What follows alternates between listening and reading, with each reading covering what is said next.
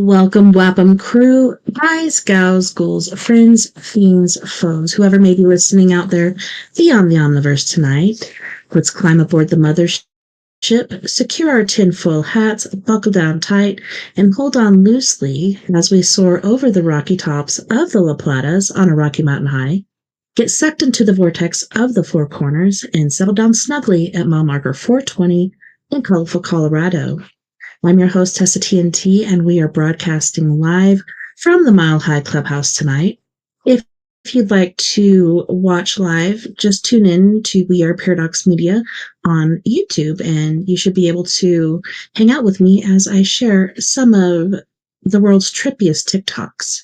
That is the goal for this evening. Thank you so much once again for tuning in with me tonight on We Are Paradox Media's Late Night in the Rockies. It's an honor and a pleasure to have you here tonight. If you have any TikToks or any videos that you'd like me to share, please send them to me at weareparadoxmedia@gmail.com, and I will do my best to share those with everyone out there. All right, so if you'd like to listen in your free time, whether you're working it, or working out, feel free to tune in anywhere you listen to your podcasts, and also make sure you go to YouTube and subscribe, like any video that you've watched, and leave us any comments, whether good or bad, things we can improve, etc. And I will do my best to make you happy. In the meantime, let's go on over to our TikTok and let's get this thing a-rolling, shall we? All right. Make sure we're exactly where we need to be on here. Did the angels come down and cut down all the giant trees? Watch this. Enoch describes this perfectly. And this book was left out of the Bible on purpose For a from reason. our predecessors, but it describes the angels coming down and cutting all these giant trees down to flood out the Nephilim, the giants, these beings that stretched 4,500 feet tall. These trees would reach the heavens, and that's why you always see the flat mountaintops. That was These an were ancient massive trees way back in the day. Giant trees. Some guy told Kiana it was at the Much other church. bigger realm, and they came and they cut all this down because they wanted to get rid of the Nephilim. Yeah, They wanted to primarily. get rid of giants. It is said that there's about 200 of these trees that were cut down, and if you take a look around, that's pretty accurate. Could be even more, but evidence is right in front of your face. And when you cut a tree down, water will start pouring out the trees, but it's as above, so below. The water's above the firmament. This is where all the flooding came in. It was right after they cut the trees down. Was when we experienced this massive flood, and it wiped out all of the giants, all of the Nephilim. And this was mentioned again in the book of Enoch, and they left it out on purpose, guys. Like, they left this shit out on purpose because they don't want you to know the real origins of humanity and our true history. Did the angels come down? So yeah, for the longest time over when I was broadcasting from Spaced Out Radio, there was the thing, are you team rock or are you team stump? I'm team stump all the way. So let me know in the comments what you are. Are you team rock or team stump? Wow! I can't believe it. You know what time Charlie Kirk was assassinated? It says it was 12:23 p.m. At 12:23 p.m., a Utah Valley University police officer states, Alpha 34, we have shots fired. Charlie Kirk is down. And then I go to John chapter 12, verse 23, matching that time. And Jesus says, the hour has come for the Son of Man to be glorified. Wow! It was Charlie's time for the glory of God. Very truly I say to you, unless a kernel of wheat falls to the ground and dies, it remains only a single seed. But if it dies, it produces many seeds. What? When he died, I've seen so many other believers rise up. They're boldly professing the gospel with their lips. It's multitudes, millions. One seed died and millions more sprouted. Isn't that amazing? That's not a coincidence. That was the power of God. The timing was the supernatural power of God. I'm convinced of it. Because now there's so many more Charlies. We are Charlie. And we're roaring for Charlie. And sharing the gospel of Jesus Christ and be the hands and feet of Jesus just the way Charlie was. So God is glorified in it. It was his time. Wow. Something quite major unfolding in Panama right now, and it's pretty damn grotesque to say the least, right? Check this out. August 29th, 2025, a man named Kim found a meteorite that crashed near his home. He picked up pieces and took it home and experimented on it to see if there's anything strange with it. He claimed he exposed it to the sun and it was heating up and burned plant matter. Then something started growing out of it and got bigger and bigger. He then started to block it and keep it under lock and key as it progressed as it grew. He sent samples off for others to research, and now he's basically panicking about what this thing is and this whole situation that's unfolding, right? I can't make my mind up whether this is a spray painted potato or if this is actually some sort of biological matter that's fallen from the sky. Much like what happened in the Balkans not long ago about this red, weird matter that was growing from the floor, and people were just shocked about what it was and they washed it away. Check this out, bro. It's pretty damn funky. Look. Ustedes pueden ver Whoa. cómo ella transmite como una fuerza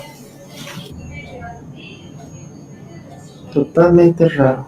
¿Sí? Is that one of those Y no thawing creen en el mats? meteorito.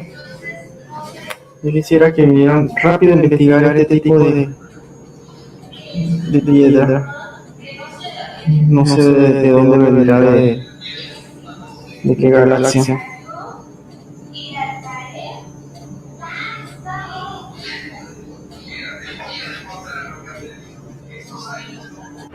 Ahora que lo he puesto a tomar sol, veo que le están haciendo una especie como de orquídea o planta parásita. Pero crece muy rápido. Pero es bajo el sol.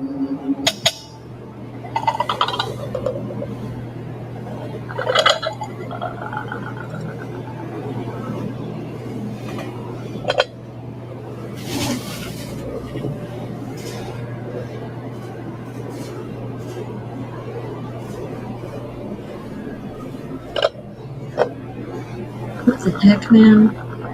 Oh, that's creepy. Oh, no. I'm totally creeped out.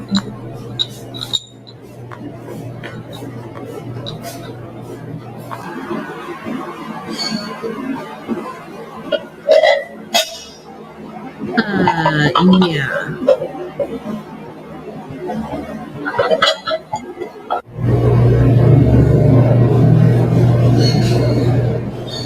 He's just touching it with his finger. Oh my goodness.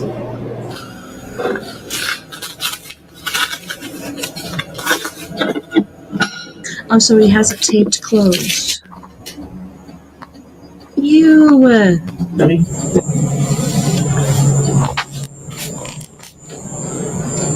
Si alguien me pudiera decir qué es, qué está creciendo ahí en mi piedra.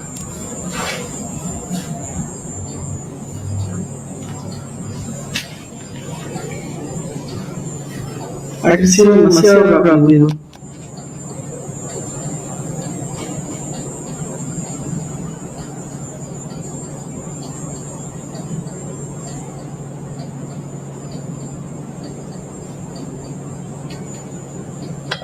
Si bien, que hasta con iniciativa, todo se lo pienso mandar a mis amigos en el mundo.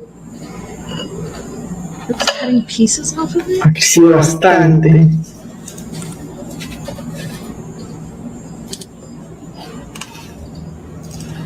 Sí, bastante. Ha cambiado de color. Ha cambiado de color. No coman ansias, todo se le va a mandar su muestra. Es totalmente gratis, solamente me escriben y yo le hago sus muestras. Ya ha crecido bastante, a pesar que no lo han sacado del sol, ya ha crecido bastante. ¿Y qué puedo sacar? puedo sacar pedazos y se los puedo enviar.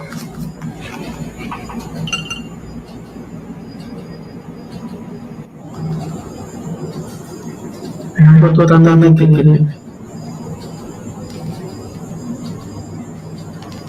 That is so creepy. Me fascina.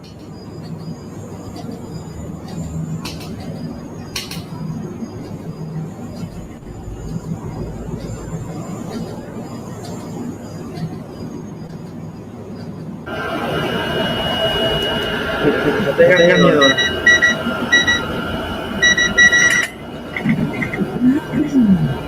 Aquí me tocó esto. Mamá.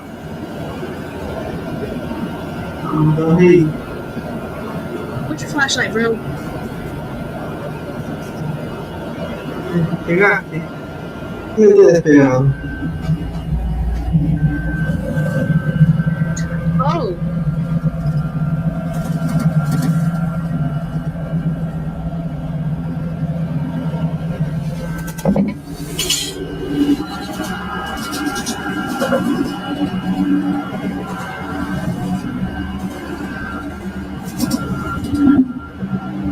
That is so creepy. What the heck? What the heck do you guys think it is?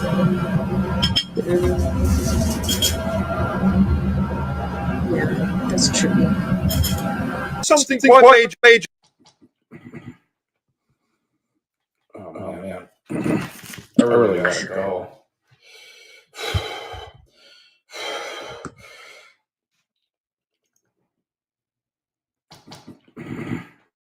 My heart is absolutely breaking right now. One of the most inspirational public figures that I've ever listened to was Charlie Kirk. Probably listened to about 500. I didn't even know about him until he did get every single time. assassinated. The man took the time in front of young people to preach the gospel, to let people know about Jesus, how he loved on people, how he had open debate and didn't yell at people. My heart's broken because it's like there was a person out there that was speaking what I believed in. And the conservative values that I had, that I lived every single day. And there was a man who had a platform that was smart enough and loving enough and wise enough to be able to have a platform to speak to people, to speak truth, to give gospel messages. And it's like so many times I just wanted to come at it with the Jesus approach, and he came at it with a approach that really made sense to people. And then on top of that, he sprinkled Jesus on it. I'm hurt. Yes, everything's going to be okay. But I feel for his family. And it's like our voice has been taken away on such a huge platform. And that's not right. I forgive the shooter. Whoever shot him for whatever reason, I forgive him. But I'm going to miss that guy. And thank you, Charlie Kirk, for standing up for the things that I believed in, and especially standing up for Jesus Christ. I just had to say this. Holy shit, guys. This is getting weird. So you know the original suspect that they arrested at the scene after Charlie Kirk was shot? This guy? Yeah. Well, you obviously know that they let him go because they realized he didn't do it. Well, now they have re-arrested him. No joke. So his name is George Zinn. He's 71 years old. And we're now finding out from newly released police documents that he claimed he was the shooter to draw attention away from the real killer in hopes of becoming a, quote, martyr. He shouted twice at the scene, "I shot him, now shoot me." And after police detained him and asked him, "Where's the gun then?" he refused to tell them, obviously because he had no idea. Now, it was only when Zinn was later brought to hospital where he reportedly told officers that he was, quote, glad he claimed he shot Kirk so that the real suspect could get away. Now, it gets even stranger because while in hospital, he apparently didn't want investigators to look through his phone, and when they asked him why, he apparently straight up told them that's what he uses to look at child you-know-what material. Like, first of all, who just says that? And second of all, sure enough, according to the affidavit, when they looked, they found more than 20 images of child you-know-what, along with explicit messages about certain acts. Like, what is even going on? Now, Zinn has been arrested and charged numerous times over the past 30 years, mostly for apparently political trespassing in certain spaces, according to state records. Now he faces one count of obstructing justice, and he was booked in connection with those images on his phone. Weird. Holy shit, guys. This is getting weird. So, you know the original suspect that they arrested at the scene after Charlie Kirk was shot? This guy? Yeah. Well, you obviously know that they let... My heart. Holy shit, guys. This is getting weird. So, you know the original suspect that they arrested at the scene after Charlie Kirk was shot? This guy? Yeah. Well, you obviously know that they let him go because they realized... Thank you for calling customer service. This is Veronica. How can I I don't need to know your name. I just need you to help me with my reservation. That's all I need you to do, okay? Sure. Can I have your confirmation number? 144662.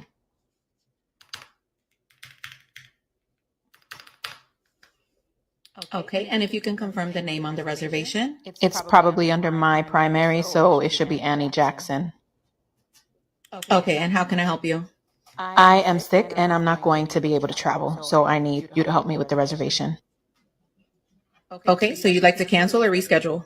I'm going to need to cancel for now, please. Okay, one moment. Sure. You have 3 people on your reservation. The cancellation fee is $150 per person. No, I'm not paying a cancellation fee. Absolutely not. Nope. Hello. I had no plans on posting anything today, but here I am because a conversation happened and now I am processing it out loud with all of y'all. I don't know, maybe we're so wrapped up in cultural norms that when we see something different, it rattles us. I don't know, but I do know this. Some well-intentioned Christians, and by that I mean ignorant ones, have asked if I've ever prayed for my son to be healed. For those of you who may not know, my son is on the autism spectrum. And I am always like, healed from what? Healed from being exactly who he is? Healed from the way that his brain dances with the world in a rhythm that we're still learning to hear? Listen very carefully and very closely. Turn up the volume if you have to. My son is not a problem to solve. He is not a math equation that God got wrong. He is not broken. He is not defective. He is not missing some holy part that the rest of us apparently may have. He is a masterpiece. In every storm, in every silence, in every word, in every spark, he is a masterpiece. Do we face challenges? Hell yes, we do. Do I pray? Absolutely. Sometimes it's the only thing I got. But my prayer is never, God, make him normal. It's God, help me see him more clearly. It's God, help me love him in the way that he continues to bloom into the person you always intended him to be. It's God, help me shut up when silence says more than words ever could.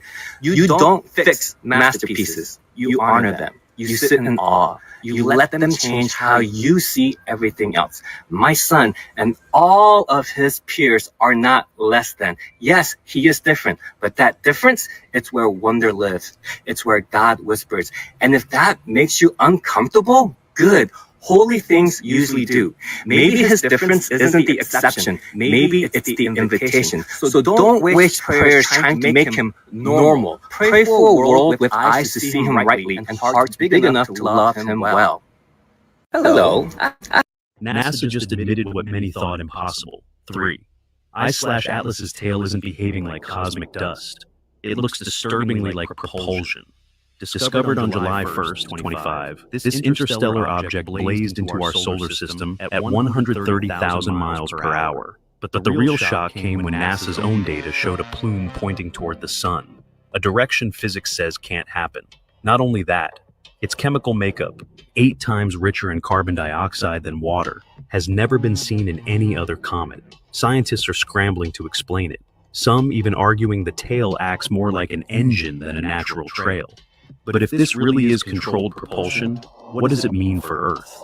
On July 1st, 2025, the Atlas survey in Chile logged a new object screaming into the solar system at 130,000 miles per hour. NASA's press office released the discovery details within hours. A third interstellar visitor, designated 3Y/Atlas, with a velocity and trajectory that left even seasoned astronomers double-checking their calculations. The object's path wasn't just fast, it was almost a straight shot, with an eccentricity over 6. That's a record for any interstellar object ever recorded. But the real surprise landed when NASA's first round of images showed something no one expected. Instead of a typical comet tail streaming away from the sun, 3I/Atlas displayed a plume pointing sunward, directly against the direction solar radiation should be pushing dust. This was not a minor detail buried in the data. It was the headline of the NASA press conference. Veteran comet researcher Bryce Boland spelled out the weirdness. The tail, or plume, is blobby, and it's preferentially going into the direction of the sun. The Atlas team, along with NASA's planetary defense experts, scrambled to model the plume's shape. They compared it to every comet on record. None matched. The dust seemed too heavy to be swept back by solar wind, yet it was clearly being ejected from the sunlit face of the nucleus. Within days, the Gemini South Telescope in Chile and the Lowell Discovery Telescope in Arizona confirmed the same feature. A sunward plume, persistent and bright, visible in every new frame. The object's orbital plane was another anomaly. 3I/Atlas was coming in retrograde, nearly aligned with the ecliptic, tilted just 5 degrees from Earth's path, a configuration with less than a 1 in 500 chance of happening by accident. As the data poured in from over 30 observatories, the Minor Planet Center officially classified the object as 3I/Atlas, the third interstellar object ever confirmed. NASA's public statement gave no easy answers. The agency called it a comet, but admitted the tail's behavior was highly unusual. The press release didn't stop at the orbital numbers. It asked the world to look at the plume and consider what could possibly drive dust towards the sun. For planetary scientists, the case was open. For everyone else, the question was obvious. If this isn't just dust, what is it? But the next batch of images would only deepen the mystery. Hubble's high-resolution images from late July brought the mystery into sharp focus. The plume wasn't trailing behind 3I/Atlas like a textbook comet tail. It was pushing out from the sunlit face. NASA just admitted Donald Trump stooping to an ugly new low, even for him. He's making a claim that will be heard the world over, reviving an old and familiar and rather tired tactic of accusing a perceived political enemy of treason. Only this time, the subject was his first-term predecessor, former President Barack Obama. The leader of the gang was President Obama. He's guilty. It's not a question. I like to say, let's give it time. It's there. He's guilty. This was treason. This was every word you could think of. They tried to steal the election. He made that baseless, unsubstantiated, rather ludicrous accusation today in the Oval Office. It follows baseless, unsubstantiated claims from his Director of National Intelligence, Tulsi Gabbard. Tulsi Gabbard said that President Obama's officials engaged in a, quote, seditious conspiracy and hid evidence that Russia did not interfere in the 2016 election. Donald Trump claims today an accusation of a crime that is punishable by death so outrageous that they drew this rare rebuke from President Barack Obama's office. It reads, quote, out of respect for the office of the presidency, our office does not normally dignify the constant nonsense and misinformation flowing out of this White House with a response. But these claims are outrageous enough to merit one. These bizarre allegations are ridiculous and a weak attempt at distraction. Nothing in the document issued last week undercuts the widely accepted conclusion that Russia worked to influence the 2016 presidential election, but did not successfully manipulate any votes. These findings were affirmed in a 2020 report by the Bipartisan Senate Intelligence Committee, led by then Chairman Marco Rubio.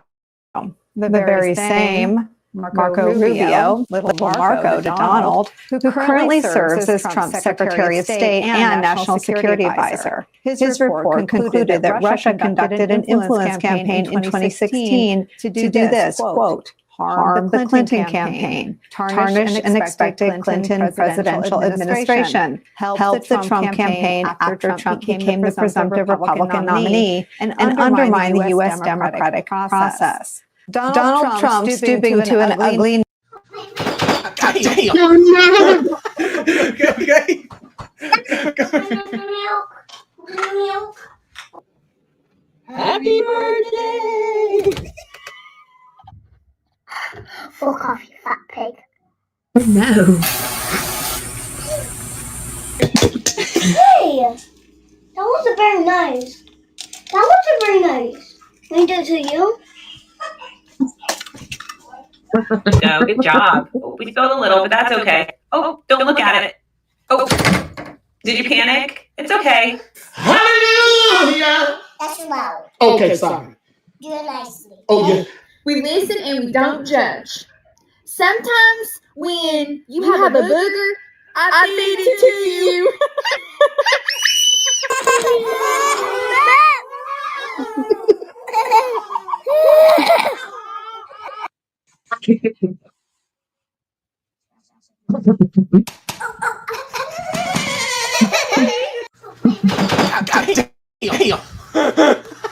There's a really famous mystery called the Diablos Pass, and it's about these hikers in the 50s, these 9 really experienced hikers who are going for their what's called their level 3 mountaineering test. And the way you pass your level 3, you have to map out this route. They use the Ural Mountains, so big snow-swept, huge icy mountains, and so they brought cameras with them. They set off on this journey.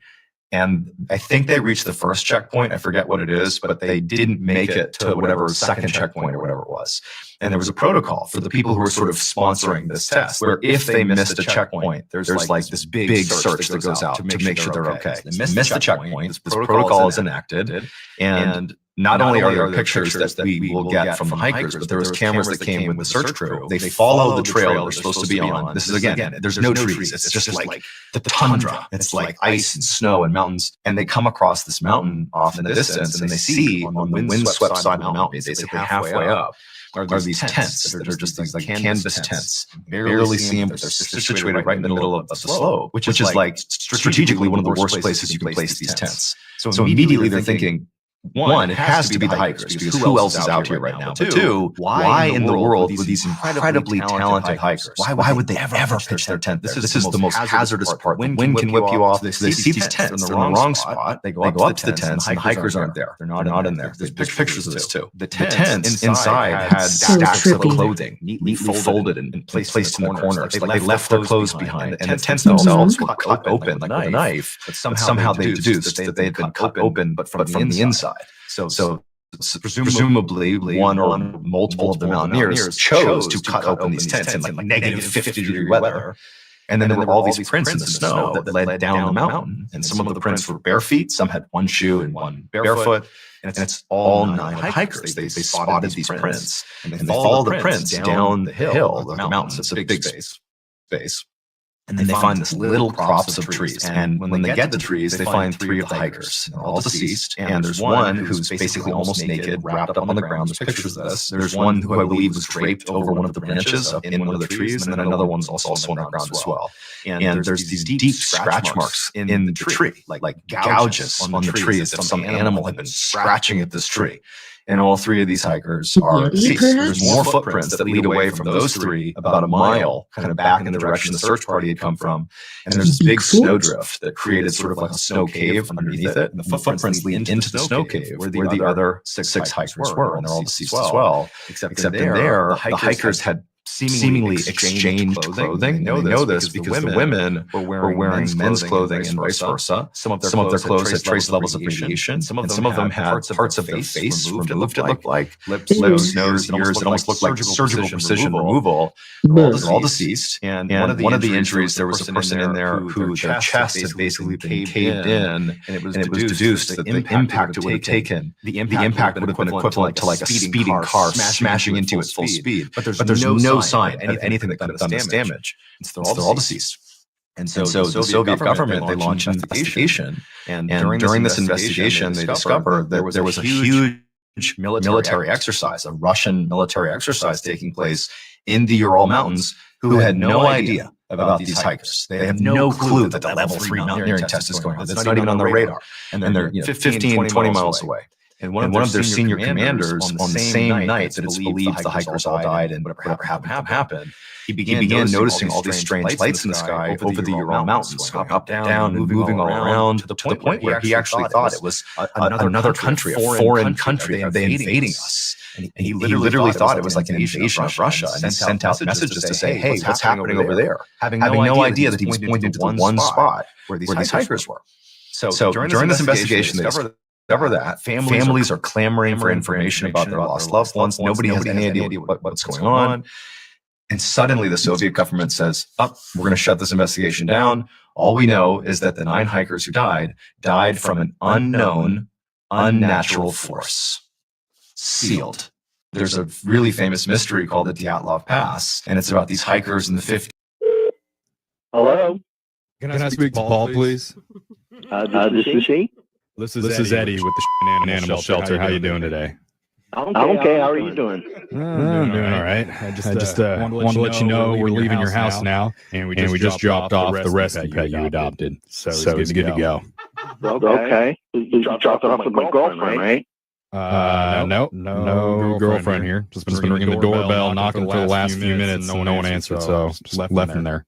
Well, she must have just stepped out for a walk or something. She'll be right back. I mean, I already left, so got a few more deliveries, and left Lucifer in your cat door. What? Who? Put Lucifer in through your cat door. He's inside now, so he's getting acquainted in there. We didn't adopt any animal named Lucifer. We adopted a beautiful Persian cat named Mr. Squeakers. Wait a second. Did the shelter not call you yesterday? No. That was just getting good too. Come on. There's a really famous. Hello? Can I speak to Paul, please? And left Lucifer in your cat door. What? Who? Put Lucifer in through your cat door. He's inside now, so he's getting acquainted in there. We didn't adopt any animal named Lucifer. We adopted a beautiful Persian cat named Mr. Squeakers. Wait a second. Did the shelter not call you yesterday? No, I did not receive a call from the shelter. What's going on? This is kind of embarrassing. Sorry, but Mr. Squeakers was already adopted. That's impossible. Oh, that happened with me. Signed the papers, we paid everything. Well, probably shouldn't tell you this, but another couple came in. It looked pretty well off. You know what I mean? So no, I don't know what you mean. What the hell does that mean? Shelter thought they could provide a better home. You can't do that. That's wrong. It doesn't matter. Good news is they replaced your pet with another one. So Lucifer's already in the house. No, I'm gonna take that up with your manager. You need to get that goddamn cat out of my house. Yeah, no, he's not a cat.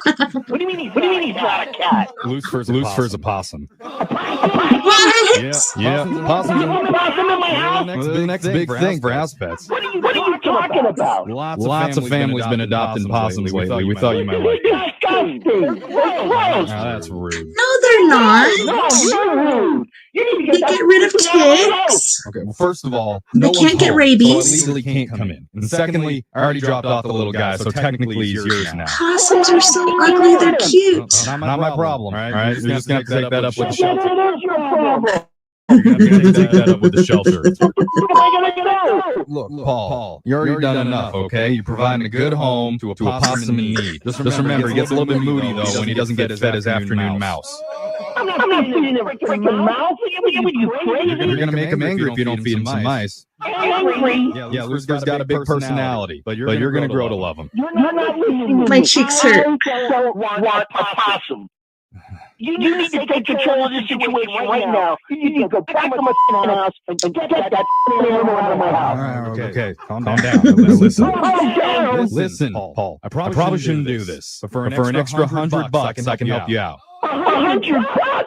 You want me to help you or not? Trying to extort me now? We paid for Mr. Squeakers. We didn't pay for the possum. Now just hear me out here, okay? I can break the back window of your place, make it look like a robbery. No, I'm not going to do that. Oh, no. Well, don't worry. I'll get in there. I'll grab the possum. I'll be out there before the cops come. You're not going to break into my house to get the animal to You already stuck in there. All right, I'm just warning you. If your girlfriend comes home and surprises Lucifer, he's probably going to bite her. You need to go to my house, set that thing, and then I need to call my girlfriend so that the possum doesn't bite her. Actually, she already knows about the possum. She doesn't know. Up on you. What? Yeah, your girlfriend Natalie set you up. She said you were nervous about adopting a rescue pet. Are you kidding? No, I'm serious. It's all a joke. She thought this might make the process a little easier. But hey, if you want me to, I'll still break that window for $100.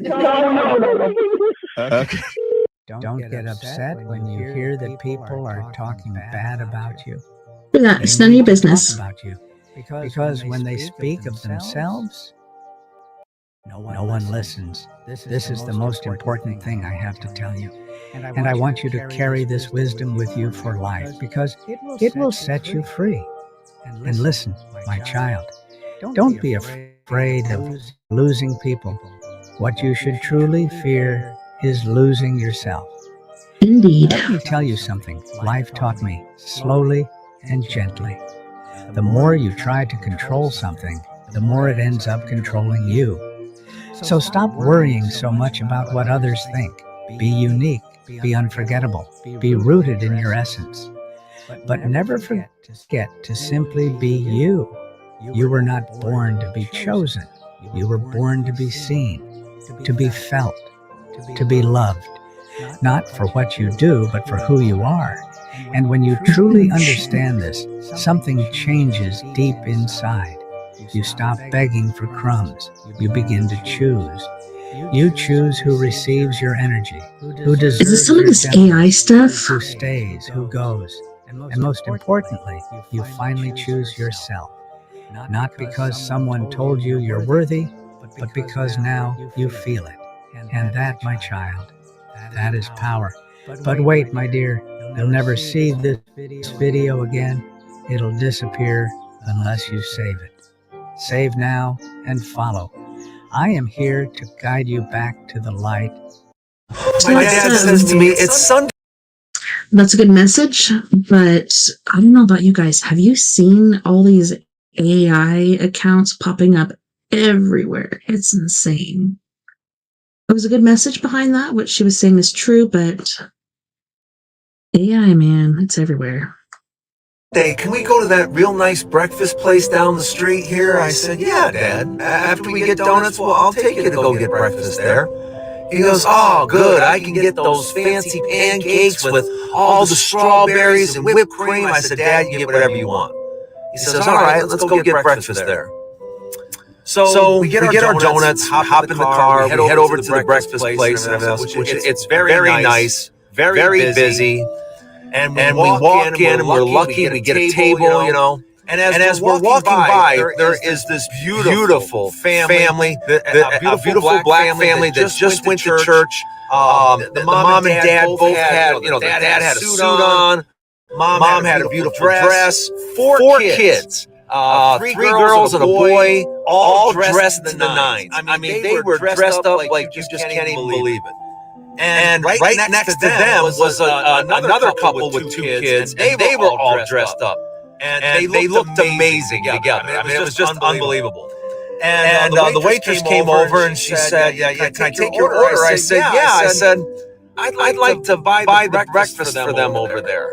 And she goes, you want to buy their breakfast? I said, yeah, they look spectacular. They're having fun. I want to buy their breakfast. So the waitress walks over and tells him, and the guy, looks over at me, waves, and I said, hey, and wave. He goes, I'm getting breakfast for my brother and his wife and kids too. I don't think you want to do that. And I said, no, I insist. I want to. You guys all look great. You obviously just went to church. He says, yes, sir. We just got back from church. My brother's is a volunteer over at the church, and we go every Sunday. And I said, it looks like you got your hands full. He goes, it's a family day event. I said, I looked at the waitress. I said, I got both their breakfasts. Put them on my check. And she said, are you sure? I said, yeah, put them on my check. He goes, wow, man. He goes, that's really nice of you. I said, don't worry about it. So my dad and I go back and we order our breakfast and everything else, and we're sitting there waiting for our food.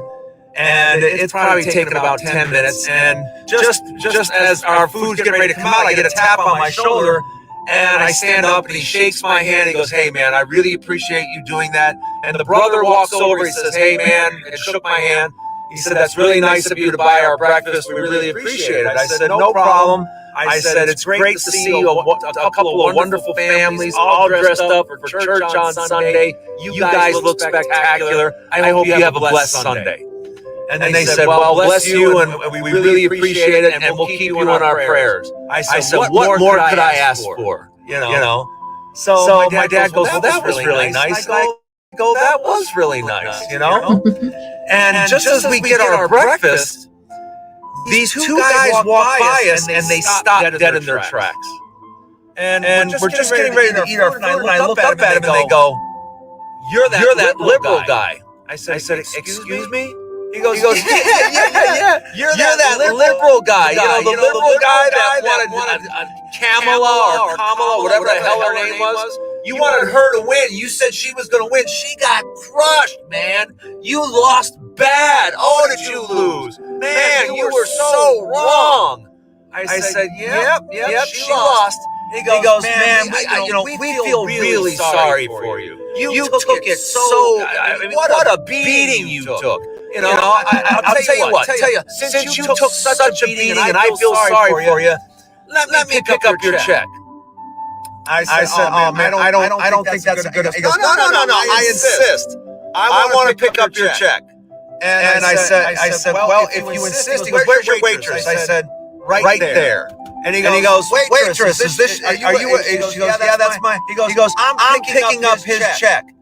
And she looks at me, and I look at her, and I go, "I'm fine with it." And she goes, "Okay." And I said, "Well, thank you very much."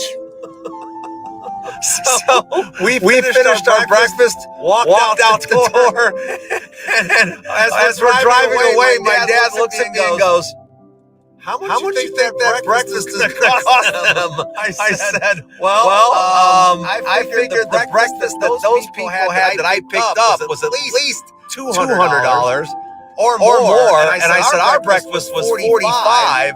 So I said, they're looking at a $250 check. And he goes, oh, are they going to be mad? I said, couldn't happen to a nicer pair of guys, could it, Dad? He goes, yeah, they're gonna get exactly what they got coming. And I go, yep, that's what every Trump supporter has. They got exactly what they deserve. A flight attendants from different countries. Thailand.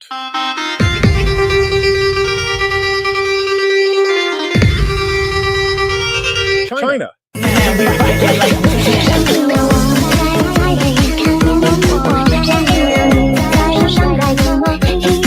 United States.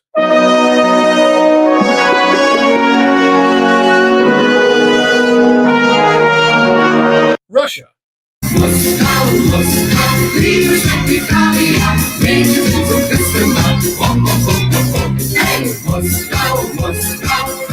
Germany.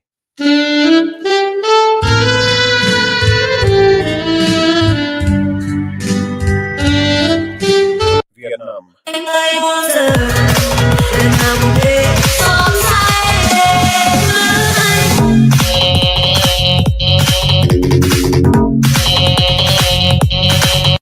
A flight attendant from different countries.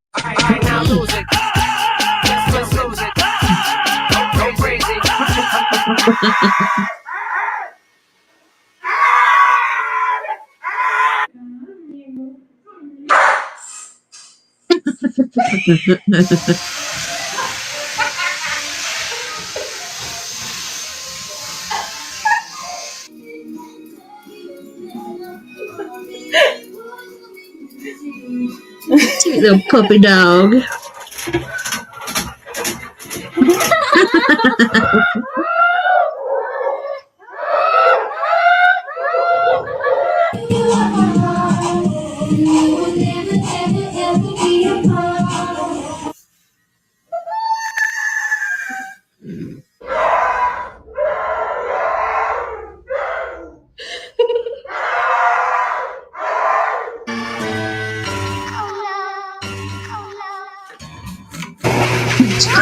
Got her. You got her good.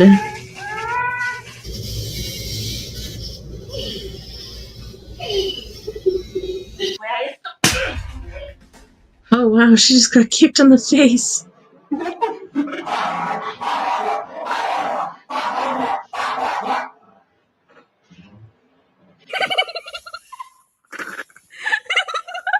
Alright, now lose it. Just lose it. Go crazy. On this episode of Slap Some Shit Together, we're making pull apart pizza. Lazy meal night, okay? Have family shoulder. This one's a good one. I'm hungry already. Anytime you want. I don't care. I got some pepperoni slices, and I just cut them into 4. That's it. You're gonna need some shredded cheese, a big ass bowl, a stick of butter that I will be melting in the microwave, some pizza sauce, Hello? some garlic, and Italian seasoning. So let's go. We're gonna start by melting the butter. Where are you at again? Okay, so my butter is melted. What you're Okay, gonna put in there is some so garlic. the people that took you there aren't going to bring you back. Put some Italian seasoning in there. And this is what it's gonna look like. Okay, so you're gonna open up your can of biscuits. Yeah, they can. If you want, I can just walk back home. Okay, sounds good.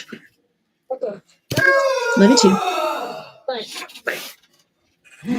Yeah, I hate those biscuits. Okay. PTSD. It freaks me out every time. I hate it.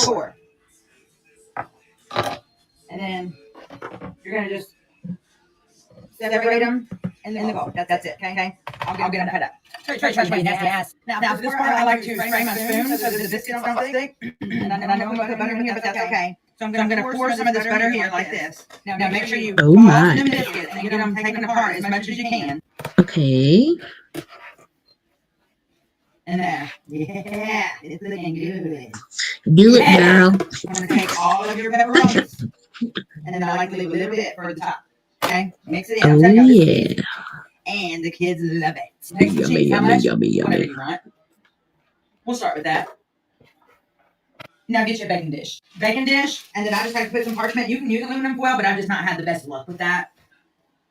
And just pour it. More butter. The biscuit kind of soaks up some of that Oh, butter. goodness. So I just like to have it on the top. Bread is gonna look like this. Okay, pour it on your pan. I like to just pour it in the middle and then use my hands. Now my oven is at 375. The biscuits call for 350. I'm so But with all the extra hungry. stuff, I usually just turn it up and just kind of move it around in your pan. Turn You it don't up, have to girl. empty spaces as much as possible. If your biscuits are kind of stuck together, just pull them apart. This is so good, and it is going to be a hit in your house. You can take a little bit of cheese on the top, just to kind of make it like a layer, you know. Oh, There's the yeah. pizza sauce. Just hang with me, okay? Just take your last little bit of pepperoni. Be on Put it top, on the babe. top. This is what it looks like. I'm going to put it in the oven, and I'll let you know when I pull it out how long it's all done. Oh, yeah, girl. Look at that. Yum, Oh. yum. All right, we're going to I let bet it you rest dip it for in the 10 sauce, minutes. huh? I'm going to take my pizza sauce, and I'm going to warm it up in the microwave. Pizza sauce is all warmed up, and let me pick this up and show you how we do it. All right, so that's what it looks like. It is super easy. It took at 375, 25 minutes, and it was ready to go. So, an easy meal on the table in 30 minutes. It looks really good. Yum, So if you like yum. more content like this, you like shopping hauls, more mom, realistic bullshit, hit the follow button. Let's be friends. Thanks for watching. Love you. Bye. Whoa. The car is on fire.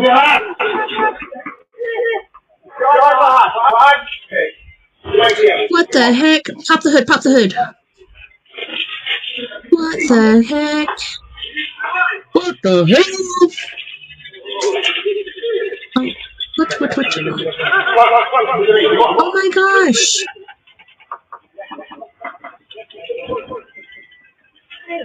Yeah, turn on your windshield wipers.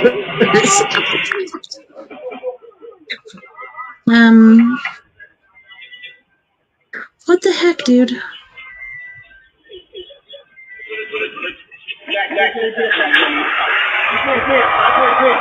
Oh my goodness. Open that hood.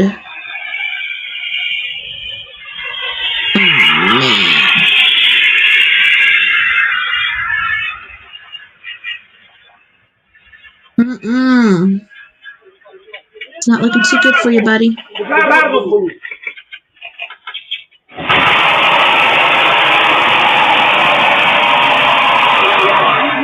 Hello?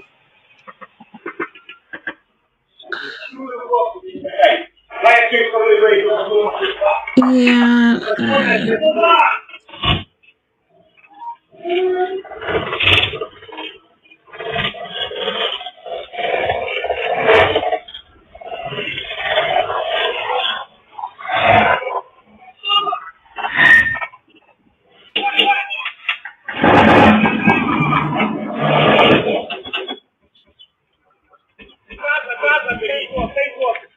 you think it's going to blow up?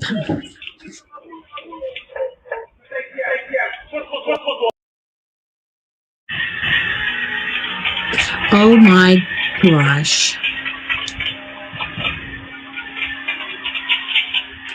I don't think the car's going to make it. Wow. Okay.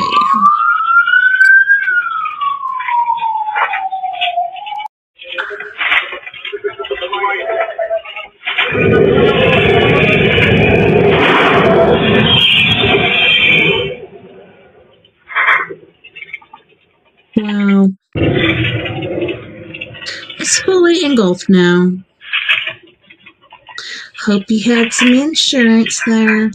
I can tell you, you'll see those files that I shared with you. They did find stuff. There was an incident in October of 1982 over at ICBM base where UFOs popped up, was observed over this base, where the missiles are pointed at us, United States. These UFOs perform incredible maneuvers. They split apart, they fuse back together, they'd appear and disappear. And right at the end of this 4-hour period, the launch control codes for the ICBMs lit up.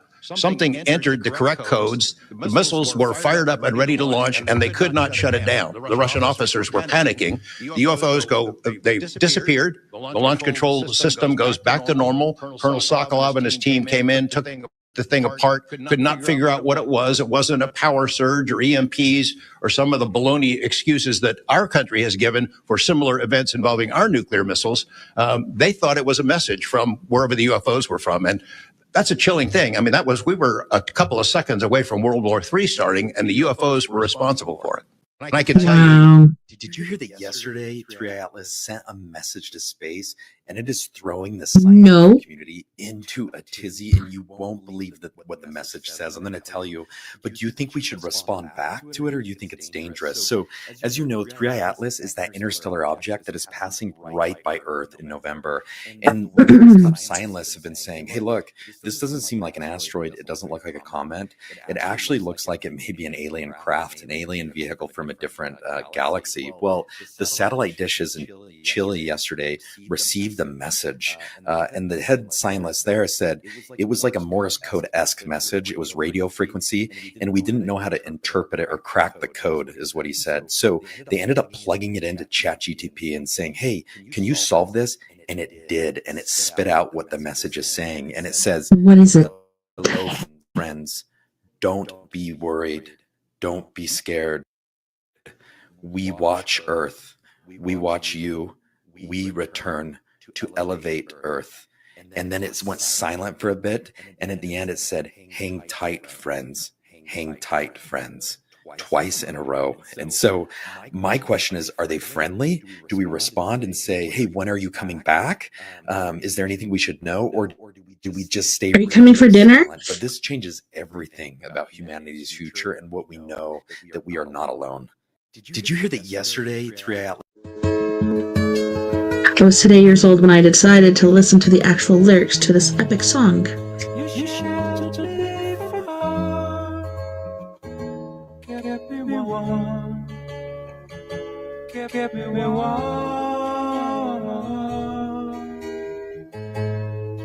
You gave my life to me, set me free. Set me free. The finest years I ever knew.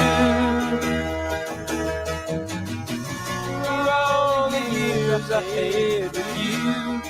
And I would give anything I own. Give up my life, my heart, my home. I would give everything I know, just to have you back again. Oh, that's sweet. You You taught me how. Really? You're gonna do that to us now?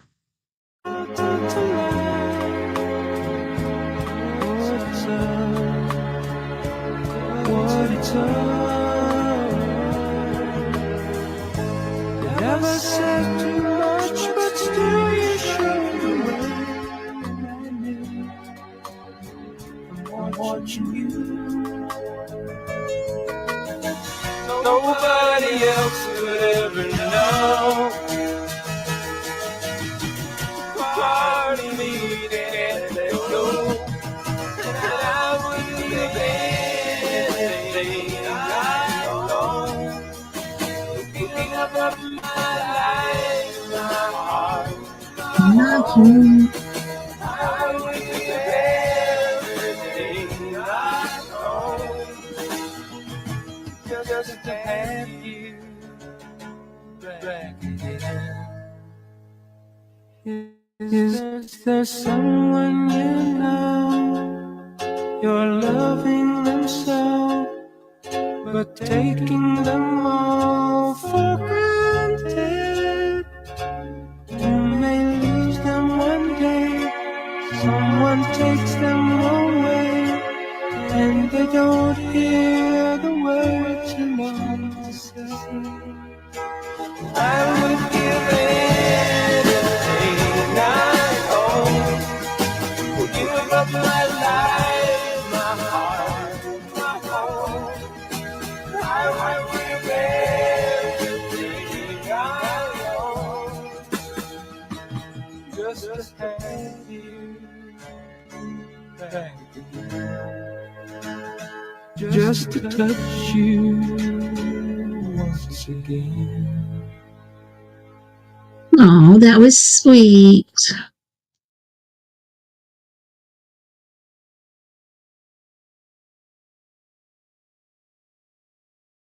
Oh.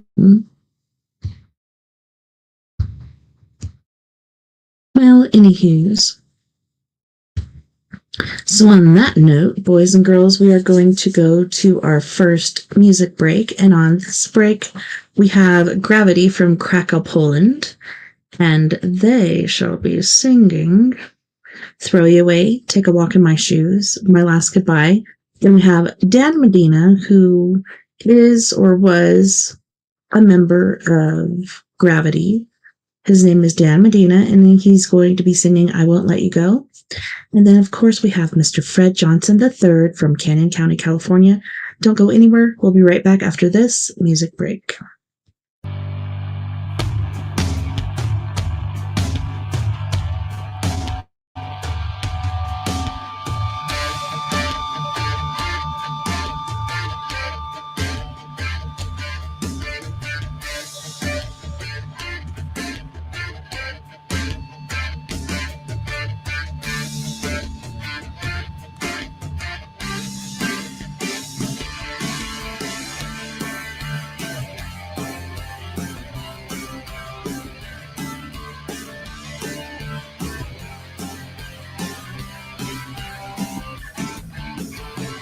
How do you feel without a second chance?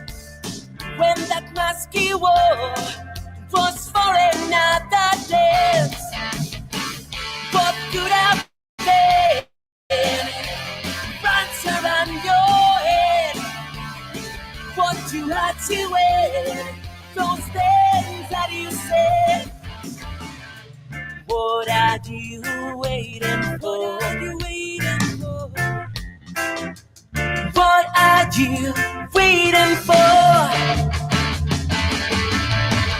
It's time for you to face this world. Not alone, my friend. Get up. Someday she'll be a day. Don't let it throw you away. Don't let it throw you away. Don't let it throw you away.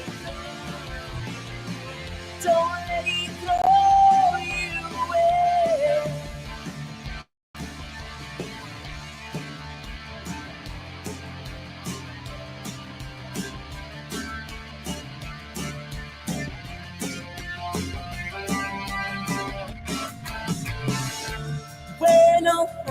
gone. When you've got nothing more to say, would she go on? Be strong, keep walking on, find a reason to go on. Who will carry on? What are you waiting for? What are you waiting for? What are you waiting for? Hey, time for you to face this world. Not on my friend, get up. Someday she'll be a day. Don't let it throw you away. Don't let it throw you away. Don't let it throw you away.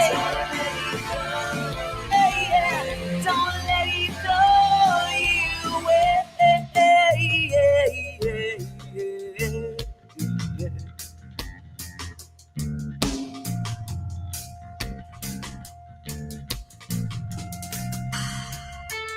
What are you waiting for? What are you waiting for? Is it something to fight for? Is it something to die for?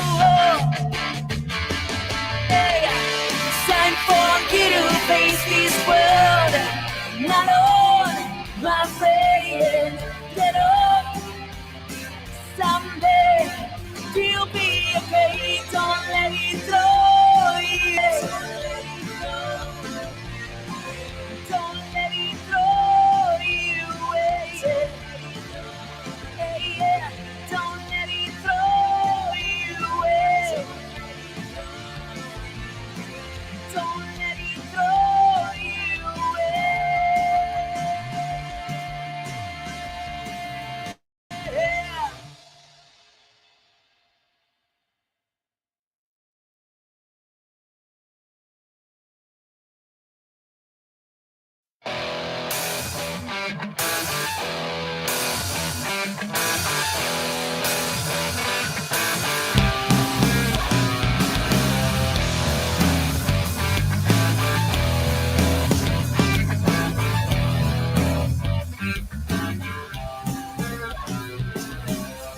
So walk down the street, thinking all the things you said you need. Well, don't you tell me, baby, how do you feel? So walk down the street, thinking all the things you said you need. Well, don't you tell me, baby, how do you feel? Don't you take a walk? Well, don't you take a walk? In my shoes, why don't you take a walk? Before you tell me what to do, don't you take a walk? Don't you take a walk? In my shoes, why don't you take a walk? Before you tell me what to do, oh, it's easy. You tell me what to do. You ever stop to think all the things that I've been through? Oh, it's easy. You tell me what to do. You ever stop to think all the things that I've been through? Don't you take a walk? Don't you take a walk? In my shoes, don't you, baby, take a walk? Before you tell me what to do, don't you take a walk? Don't you take a walk? In my shoes, don't you, baby, take a walk? Before you tell me what to do.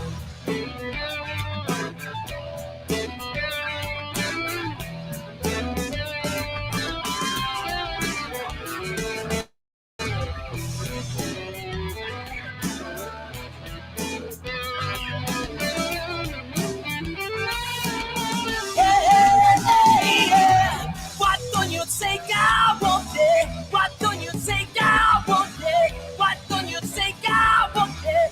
Before you tell me what to do, why don't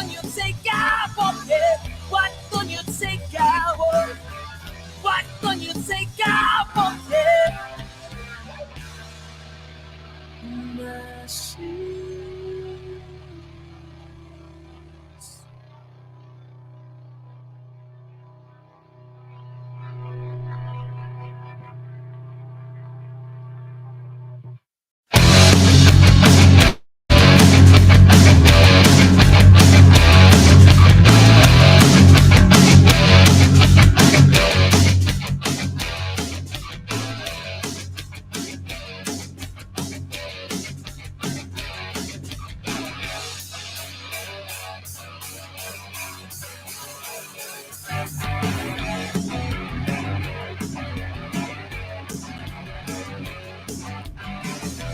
Here I am, knocking at your door again, running in circles, losing my head. I never been good enough for you, so why can't you see many things I do? You say you can save me, so why don't you try? No matter what you tell me, tonight I'm gonna say my last goodbye.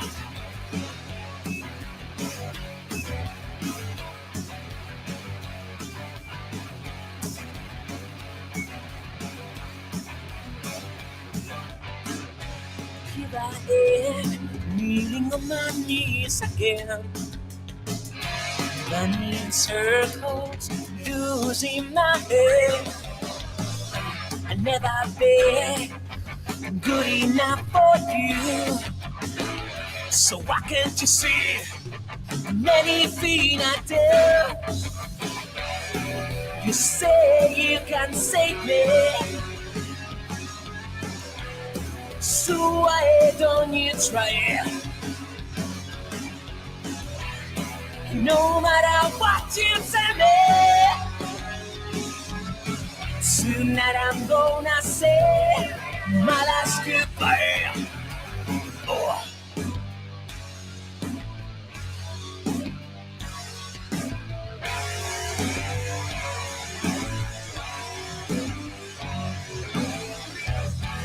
You say you can save me, so why don't you try? No matter what you tell me, tonight I'm gonna say my last goodbye. Oh. My last goodbye.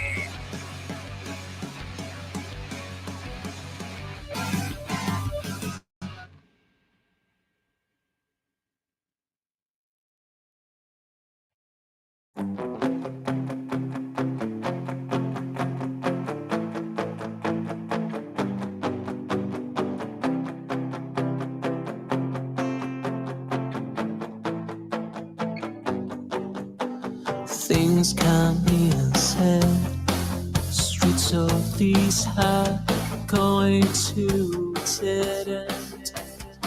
Listening to waves on windy days, standing by the wall, making sense of it all. So alone in the dark, all alone in the dark, all alone in the dark. You're alone in the dark. 'Cause I won't let you go. You're so far away, always with my soul.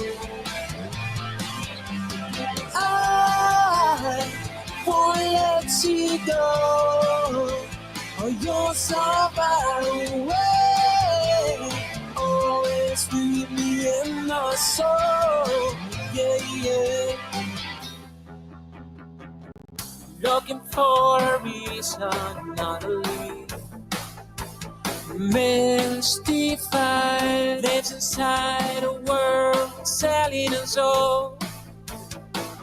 She's alone in the dark, all alone in the dark, all alone in the dark, so alone in the dark. 'Cause I won't let you go. I won't let you go. You're so far away, always with me in my soul. Yeah, yeah, and I won't let you go.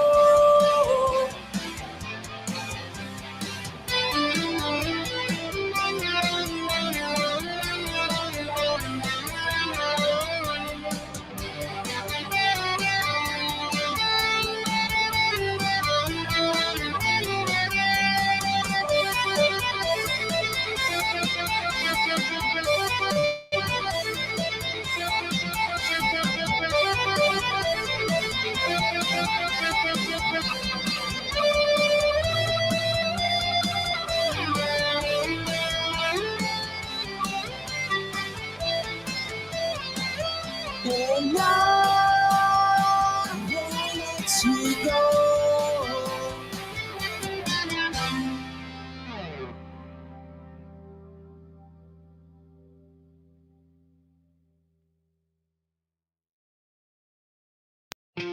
Waiting here on this cold, lonely night without you. The tension's overbearing. Wondering, are you coming back home again? To inspire fondness with love. Where did our love go wrong? My sugar.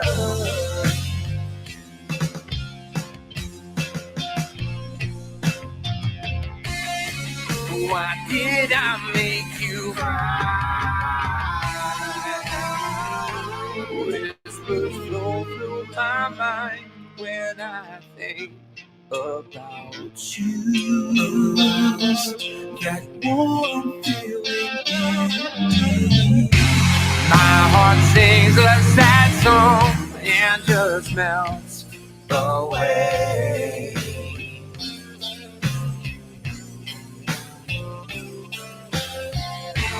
Please look into my eyes, my sugar.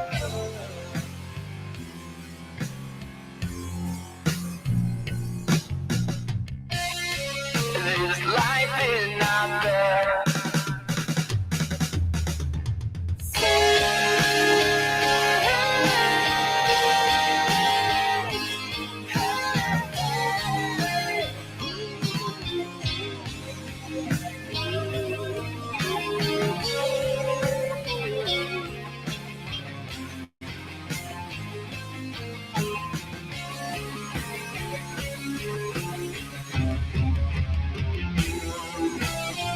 Until the sun doesn't shine anymore, I'll be there.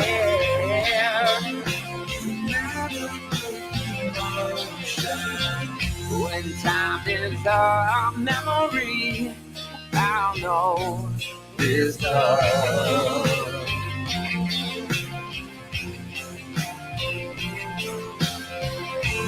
You will always be the one, my sugar.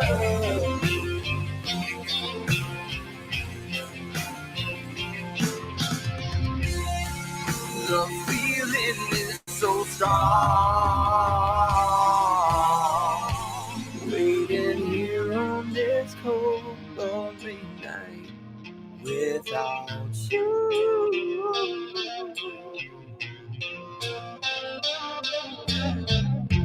Where did our love go wrong, my sugar?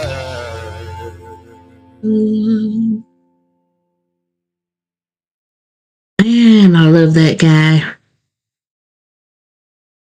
That was Fred Johnson III from Canyon County, California. My screen looks really weird, but hopefully it doesn't look weird to you, besides the fact that it's me on there. But yeah, welcome back. Welcome back from break. Also, yeah, so if you guys don't know, this last weekend, so it was Friday, Saturday, and Sunday, I was working security in Ignacio for the, I believe it's Sky Ute Fair and Powwow, and it was pretty epic.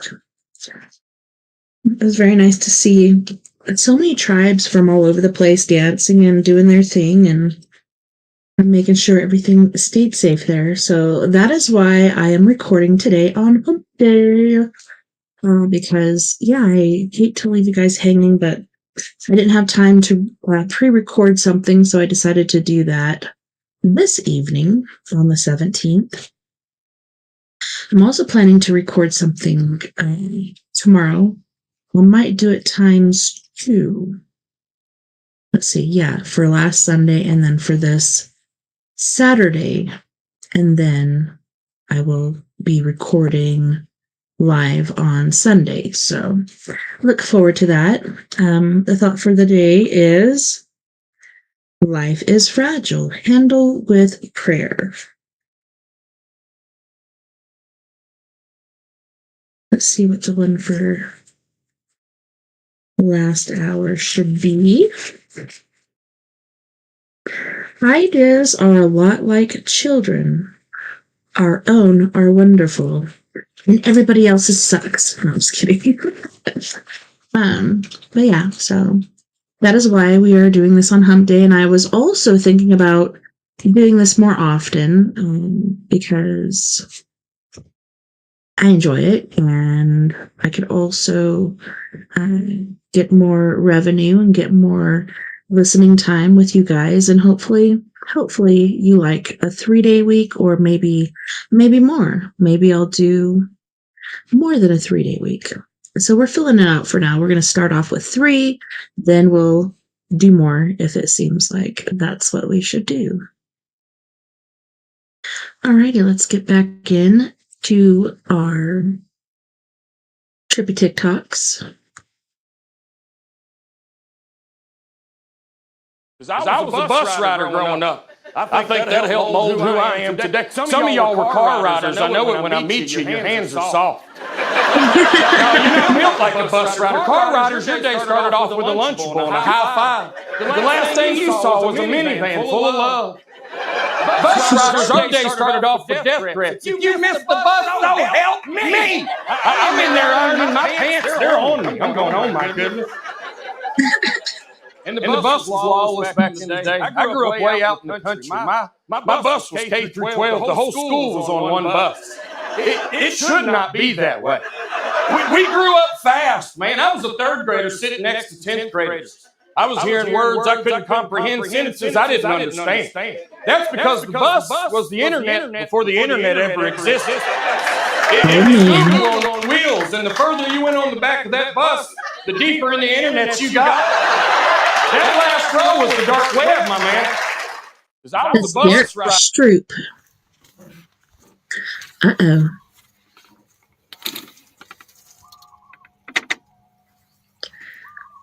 What on earth is going on here?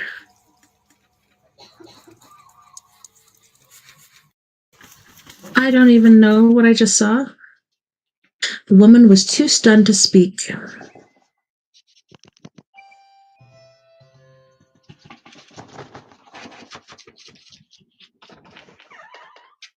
I just delivered your package and somebody stole it. Oh no.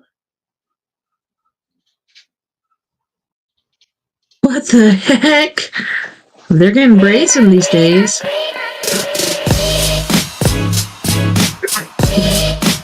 What the heck is going on here?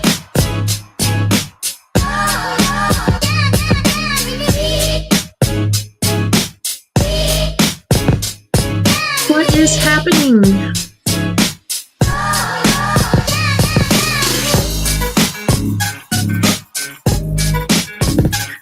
bumper diffuser. What on earth? I don't understand what is happening right now. Oh, okay.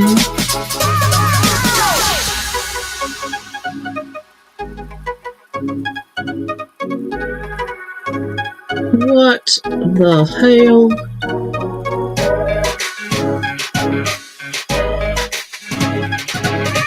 I don't get it.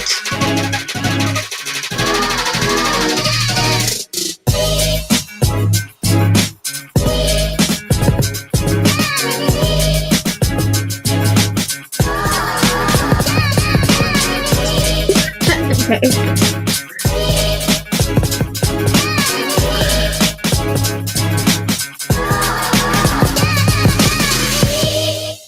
No. That ain't working for me. No thanks. Take your ghetto bumper infuser and get out of here. Breaking news coming in within the past hour. Nuclear escalation now official. Moscow ditches the deal and aims at the West. Russia has just officially withdrawn from the 1,987 INF nuclear treaty, a cornerstone arms agreement that had previously limited the deployment of intermediate-range missiles across Europe and Asia. But that's not all. Alongside the announcement, the Kremlin unveiled a new weapon, a hypersonic missile called Oreshnik, with a reported range of up to 5,000 kilometers and deployment expected in Belarus. According to Moscow, this is a direct response to the growing presence of U.S. and NATO missile systems near Russian borders. Just days earlier, Donald Trump ordered the repositioning of 2 U.S. nuclear submarines into what he called appropriate regions, following what he described as nuclear threats from former Russian President Dmitry Medvedev. Medvedev had warned that any miscalculation could trigger the activation of Russia's dead hand system, an automated nuclear retaliation protocol. The Kremlin has since urged moderation, but emphasized that all strategic decisions are under the full authority of President Vladimir Putin. Former U.S. National Security Advisor John Bolton called Trump's move irresponsible, warning that it could provoke Moscow into interpreting the shift as a prelude to nuclear conflict. And now, with Russia not only leaving the INF treaty, but developing next-generation hypersonic weapons, analysts are raising alarms. A new era of nuclear tension is unfolding. And the world... Buddhist monk asked his students a question. He said, if you're carrying a cup of coffee and someone bumps into you, why did you spill the coffee? Each and every one of his students said, because someone bumped into me. And he said, no. The reason why you spilled the coffee is because that's what you were carrying in your cup. If you were carrying water, you would spill water. I don't know. Then he said something profound. He said, whenever life shakes you, whatever you're carrying is going to spill out. So if you're carrying fear, jealousy, anger, greed, that's what's going to spill out. But if you're carrying love, compassion, kindness, empathy, that's what's going to spill out. So each and every day, you should pause and think to yourself, what am I carrying in my cup today?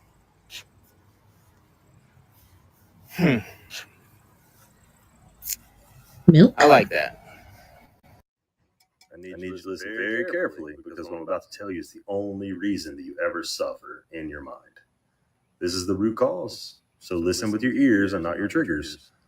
The following sentence has caused more problems in your life than you realize. Here it is. You need things to be the way you need them to be in order to keep your peace. That's it. That's the problem.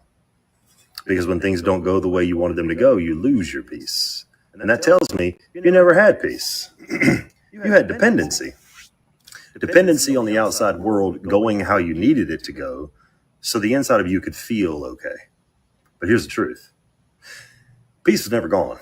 You just left it. You turned your back on it because you thought you needed something else in order to feel okay. But you are already okay. Peace isn't out there, it's in here. And the moment you stop needing life to behave, you return to it. See, people don't suffer because of what's happening. They suffer because they need it to be a certain way. And when it's not, they resist it. And that resistance is the suffering. You think you're upset because they didn't text you back, or because the relationship ended, or because life didn't go your way, or someone had a difference of opinion. But really, you're upset because you made a story up about how things should have gone, and now you're clinging to it. The mind said, this isn't supposed to happen, and then you believed it. And this is where most people destroy their relationships. They don't know how to handle disappointment, so they punish their partner for not reading their mind. They withhold, they shut down, they emotionally spike, and then blame their partner for not regulating them. At that point, it's no longer a partnership. It's a parent-child dynamic.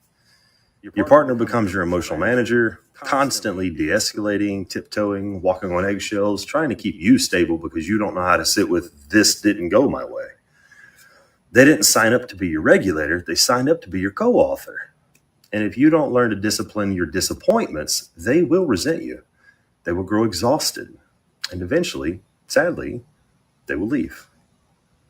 Now, I've noticed in the comments of previous videos, people completely miss the point when they hear me talk about peace and surrender. And they say, so what? Am I just supposed to let people walk all over me, stay in a bad relationship, be a doormat? No, this is not about tolerating mistreatment. This is about not abandoning your seat when mistreatment happens. You don't leave from rage. You don't collapse into despair. You don't lash out in control. You leave without disturbance. You say, we clearly don't align. We don't agree on how love is expressed here, and that's okay. You walk away from the relationship, not from fear, not from hatred, and not from needing them to change in order for you to feel okay. That's the difference. And someone else is going to comment, okay, but what if you're married? You can't just walk away. Fair enough. You're right. Marriage adds complexity. Vows, children, finances, shared life. But you don't physically have to walk away to come back to your seat. You can come back to yourself without fixing your partner. You fix it by freeing yourself from needing them to change in order for you to feel okay. You let go internally. You stop clinging. You stop needing reality to shift so your nervous system can stabilize. You stay, but you stop resisting. You show up not from control, but from calm clarity. And that energy, that peace, may shift the entire relationship, not because you forced it, but because you surrendered the need. And if, after all of that, the relationship still doesn't align, you'll know the decision wasn't made in chaos, it was made in love. So what's the shift? You stop needing the world to go your way in order to feel okay. You stop outsourcing peace. You stop grasping for control. You stop expecting people to give you what you won't give yourself. And if you're realizing right now how often you've done this, don't skip this. Go to the top of my page and watch the pinned video I did on covert contracts. It will show you the unconscious deals that you've been trying to enforce without speaking them. That video will expose why you're so exhausted, why nobody can ever love you right, and why every relationship keeps repeating the same cycles. It's not because you're unlovable. It's not because you're broken. It's because you keep handing people a silent rule book that they never agreed to follow and then blaming them when they break the rules. That's not connection, that's control. And control always leads to suffer. So what now? You come home. You stop chasing Pete's. You stop running from what is. You sit, you breathe, you allow life to unfold without needing it to match your preference. And when you do, you return to your seat, the observer, the stillness, the only place that peace ever lived in the first place. If your peace depends on outcomes, it's not peace. It's a performance. Let it go. Discipline your disappointments before they become patterns, before they become cycles, before they become the thing that pushes away the very people you say you love. And if this hits you hard, my book, Who's Talking, is now available on Amazon and Audible, read by me. It's a guide to help you return to the seat of awareness and learn to lead your emotional village instead of being run by it. If you need direct support, I offer one-on-one coaching to help anchor and root yourself so you don't spiral every time life doesn't go the way you need it to go in order to feel. What? September 12th, 2025. This is on an airplane? Holy shnikes. Wow.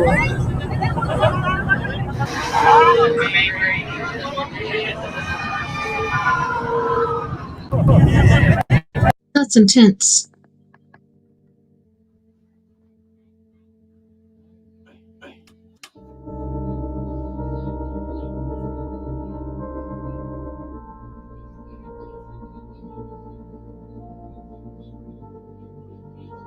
What a sweet baby. Aww. Too cute.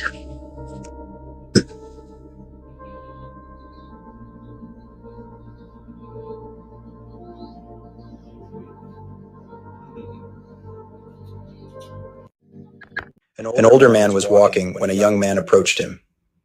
"Do you remember me?" the young man asked. The old man studied his face, then shook his head.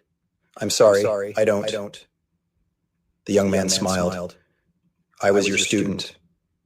And now, I'm a teacher too." The old man's eyes lit up with curiosity. "At what moment did you decide to become a teacher?" The young man took a deep breath and told his story. "One day when I was still in school, a friend of mine came in with a beautiful new watch. I wanted it. So I took it. Shortly after, my friend noticed it was missing. He immediately told you, our teacher. You addressed the class and said that whoever took the watch should return it. I was too ashamed. I didn't move. I didn't say a word. I didn't say so you locked the door and told all of us to stand in a circle. You said you would search each of our pockets, but only if we all closed our eyes. And so, one by one, you checked every student's pocket.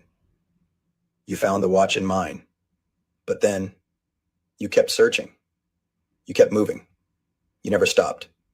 It's pretty when cool. When you were done, you simply said, 'We have the watch.' And that was it. You never called my name. You never exposed me. You never humiliated me. It was the most shameful moment of my life. But you never made me feel ashamed. You never scolded me. You never lectured me. But I understood your message loud and clear. That day, you saved my dignity forever."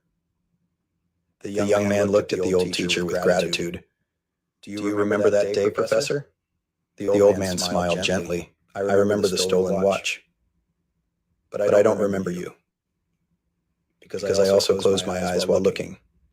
And that's the lesson. We all make mistakes. We all have moments we regret. But the way we are treated in those moments, that's what shapes us." This teacher understood something powerful. Correction without humiliation. Discipline without destruction. He knew that embarrassing a child wouldn't teach him a lesson. It would only leave a scar. But protecting his dignity while guiding him toward the right path, that would stay with him forever. Because people don't remember every word you say. They don't remember every lesson you teach. But they do remember how you made them feel. So the next time you have a choice to tear someone down or to lift them up, remember this story. Because the most powerful lessons, they don't come from punishment. They come from grace. All right, go out there and make today yours. An older man. Late on the night of May 27, 1995, a long-haul truck driver named Devin Williams pulled his gigantic refrigerated semi-truck into a truck stop in a city called Kingman, Arizona. After putting his truck to park, Devin reached over and... Kingman is super haunted. I don't know if you've ever been there. It's like, it seems really small, which I'm pretty sure it is, but it is full of ghosts. Grabbed his sleeping bag off the passenger seat and began to unroll it. Devin would normally get out and use the bathroom and brush his teeth before going to sleep for the night. But this night, Devin was so exhausted that instead of going in, he just unfurled that sleeping bag and then climbed behind the front two seats of his truck and got into what's called the sleeper cab, which is an area behind the front two seats in the cab where drivers can lay down and rest. Devin had been on the road for the last 4 days, basically non-stop. And all he wanted to do was just finish the stupid route and get back home to his wife, Mary Lou, and their 3 kids in the tiny town of Americus in Kansas. Devin hated being away from his family for long periods of time, which unfortunately was part of his job, being a long-haul truck driver. But they needed the money because he and his wife had just bought a new house, and it was a total fixer-upper, and so they needed to do a whole bunch of repairs to turn that house into a home. And so, missing his family and just wishing he was done with this route, Devin laid in his sleeping bag in the sleeper cab trying to fall asleep, but he just couldn't. And unfortunately, as Devin knew, if he didn't sleep this night, then he would have to take another break later on this route to rest, because he couldn't just continue to drive with absolutely no sleep. And so taking an additional break that he was not prepping for could affect his ability to get home on time. It was Saturday night, and the strawberries and lettuce that Devin was hauling inside of his truck were due in Kansas City, Missouri, 1,300 miles away, on Monday morning. And so Devin began doing the math in his head. If he stopped a little while later to take another sleep break, would he still be able to cover those 1,300 miles by Monday? And he just wasn't sure. Everybody at the trucking company where Devin worked knew the 29-year-old as being very easygoing and nature. Trucking was very hard. People drove insanely long hours on very little sleep, and some people even took drugs to stay awake even longer to make sure they hit their deadlines. And so truckers have kind of earned the reputation of being very rough and tough people. And Devin certainly looked rough and tough. He was this big guy who wore cowboy hats. He had a big Fu Manchu mustache, had tattoos. But in reality, despite how he looked, he was actually like a gentle giant. And really all he talked about were his kids, who he was totally devoted to. The only time anyone at this company saw Devin get mad was when his work interfered with his ability to see his family. And now, as Devin tossed and turned inside of a sleeper cab, he was getting mad because he was thinking this stupid route and his inability to sleep during this particular break was very likely going to interfere with seeing his family. And after an hour of Devin getting angrier and angrier, and so not sleeping at all, he finally just gave up on sleep. He chucked his sleeping bag, he climbed out of the cab, and he headed to the truck stop, where he went to the bathroom, he got a bite to eat, and then he called his boss, and he told him that he had just made a stop in order to sleep, but he couldn't, and so he was just going to hit the road again. But don't worry, even though I need another break in order to sleep, I will be in Kansas City on Monday morning with this delivery on time. After speaking to his boss, Devin left the truck stop, climbed back into his truck, he fired it up, and then before long, he was back on the highway driving east. Devin's boss was a guy named Tom Wilson, and he didn't find anything unusual about this phone call he got from Devin. Maybe it was a little unusual that Devin was unable to sleep, and that he called his boss to say he was unable to sleep. But Devin sounded totally normal. And so that night, Tom was not worried at all that Devin would not make it to Kansas City by Monday morning. Devin was like one of his most reliable guys. And so if Devin said he was going to be there on Monday morning, even if he needed extra breaks along the way, then he would be there on Monday morning. But on Monday morning, the distribution center in Kansas City, Missouri, where Devin was supposed to go and drop off the lettuce and strawberries, called Tom Wilson, and they said, hey, your driver's not here yet. What's going on? Now, at first, Tom was actually really annoyed with the distribution center because he felt like, okay, the clock has just struck the deadline. Devin will likely arrive in the next few minutes, and they're prematurely calling to complain. And so Tom communicated that to the distribution center, and they said, okay, fine, we'll wait a little bit longer. But when almost an hour passed and still Devin had not shown up, the distribution center called Tom back and said, hey, he's not here. Now, after the second call, Tom totally changed his mindset, and he was actually now worried about Devin. And so he apologized to the distribution center and said he would get in touch with Devin as soon as he could and figure out where their shipment was. But Tom couldn't just call Devin and ask where he was and what was going on, because this was back in 1995. They didn't have cell phones, and so Tom basically just had to wait for Devin, who's out on the road somewhere, to stop somewhere and call Tom to tell Tom what's going on. And so all day Monday, Tom sat at his desk waiting for a call from Devin. And when he didn't get a call from Devin, Tom began calling his other drivers all over the country, asking them if maybe they had had some sort of interaction with Devin and knew where he was and why he had not made it to Kansas City on time.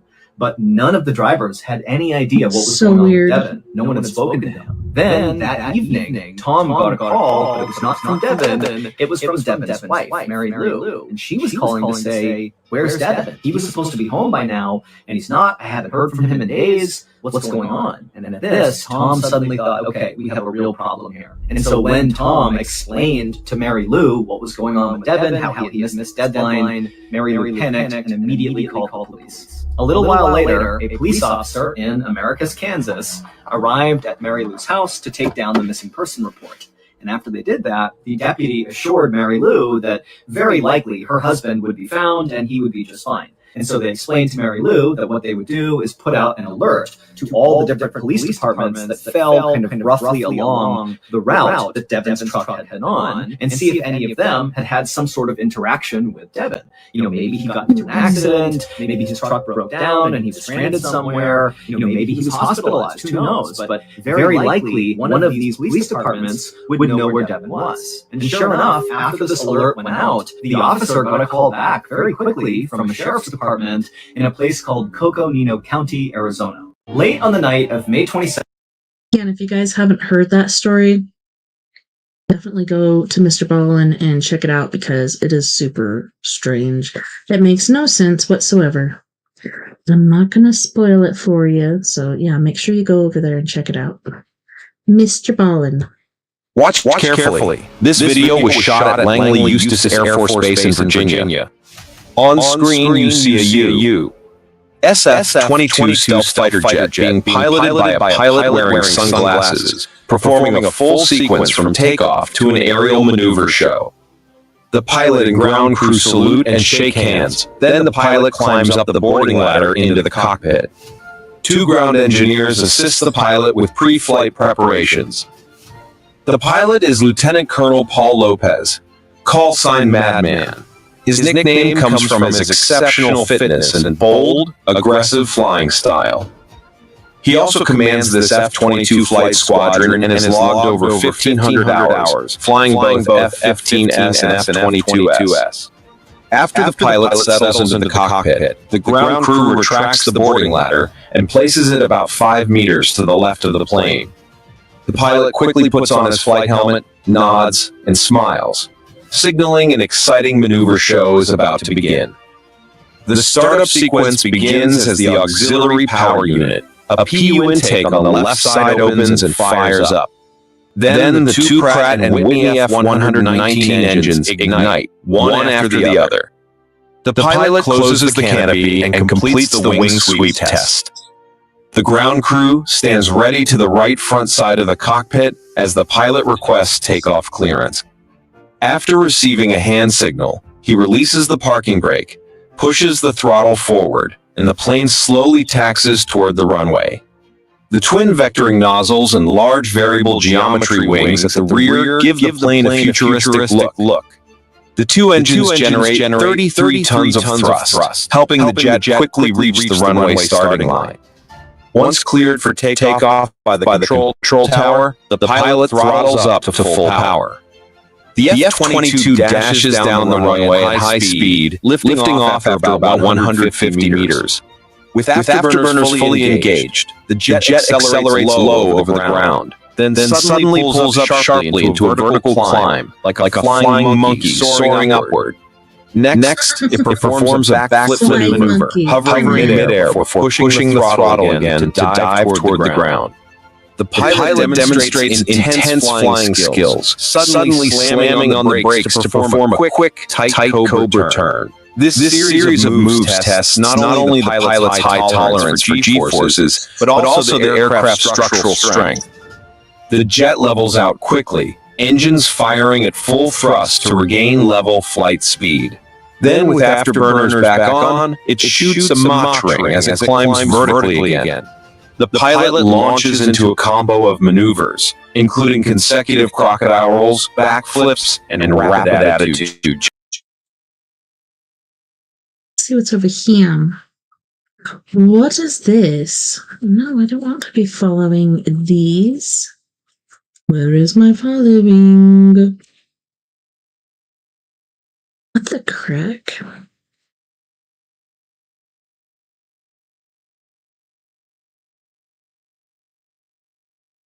This app is being so weird today.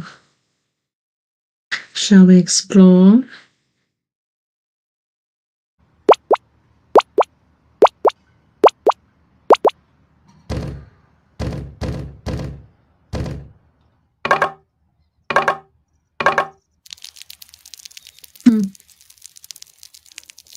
No.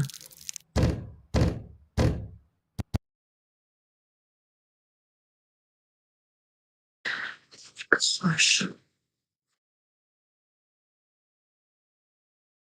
Maybe I'll just refresh.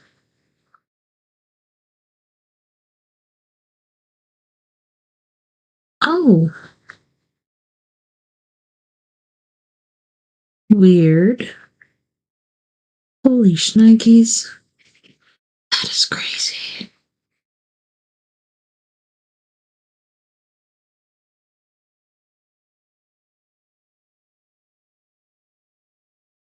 I don't know why it logged me out. Maybe that makes sense of why things have been weird on this site today.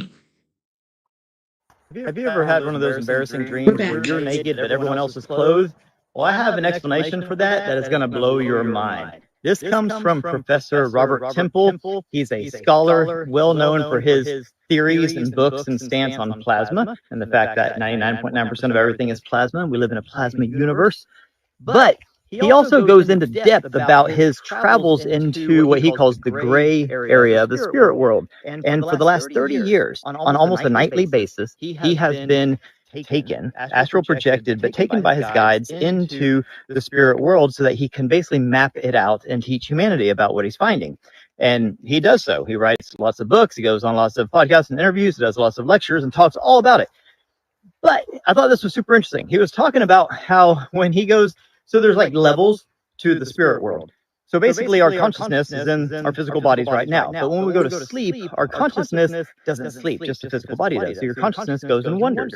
And it goes into the non-physical world. And it doesn't go into the entire universe because it's sort of compartmentalized. There's a spirit world, like a ring around our physical world here, and there's a non-physical ring around it, which is the spirit world. And there's different layers and levels over there. So your consciousness kind of roams around that whenever your body's asleep because it's bored and it's just looking for fun and adventure. Well, okay, this is where it gets really interesting. The spirits over there, the consciousnesses, whatever you want to call them, he just calls them dead people. But the people over there that are no longer in a physical body, their consciousnesses get bored, he said. They just, the higher levels, they're more training and they're focusing on their next incarnation and going through all those processes. But the lower levels, he says they're like immature souls and they're just kind of bored and they're a little mischievous. So whenever he calls them dream walkers, when a dream walker comes through, which is a consciousness of a living person, so meaning you're just dreaming, you're not, passed away or anything, they know who you are. We know how they know who you are. Because you're naked and everybody in the spirit world is clothed. If you've ever noticed, if you've ever had an encounter in the spirit world, near-death experience or astral travel or anything like that, everyone has like dresses or robes or some sort of a garment on, okay?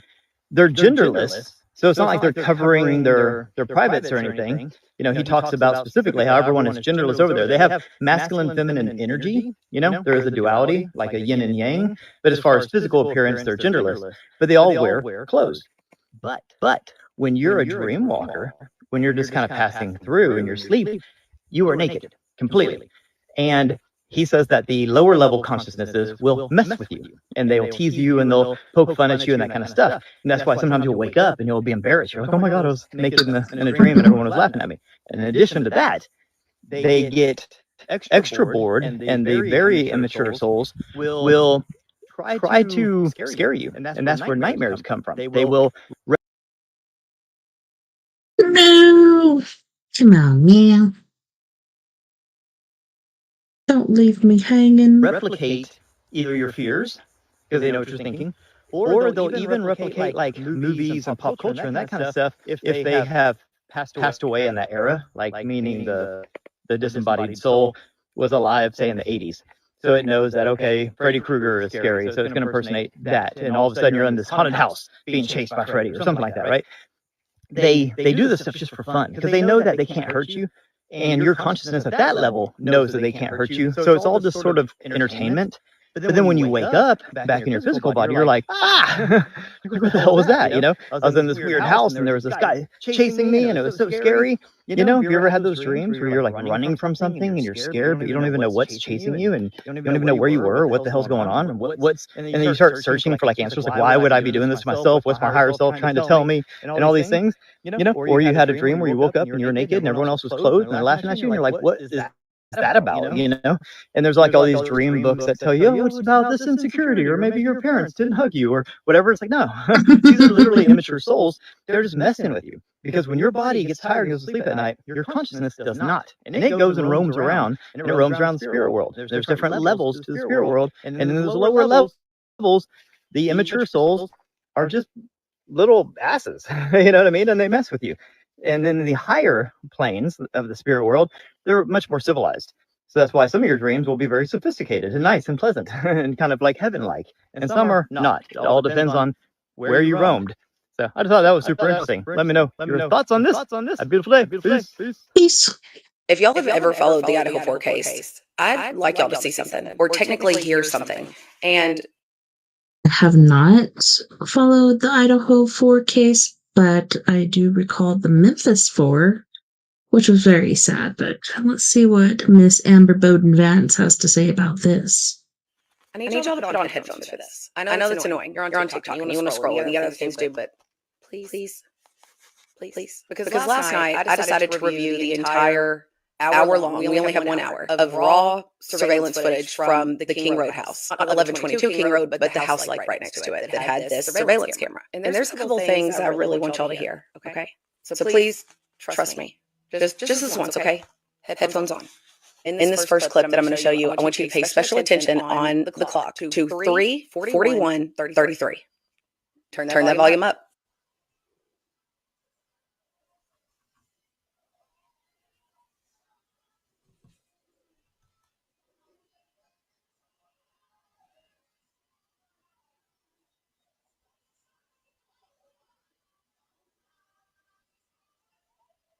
Murphy. Did y'all hear that? Somebody yelled for Murphy. Let's listen to it again.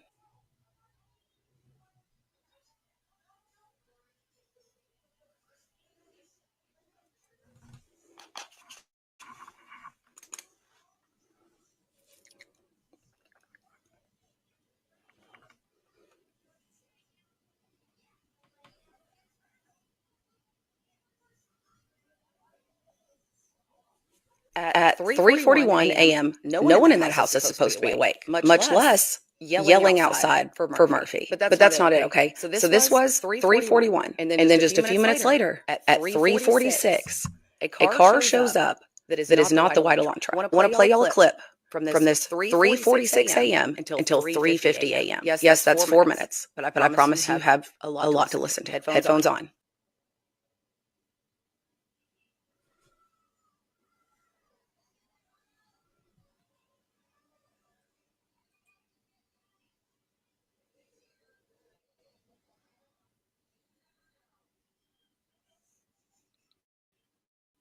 Not an Elantra.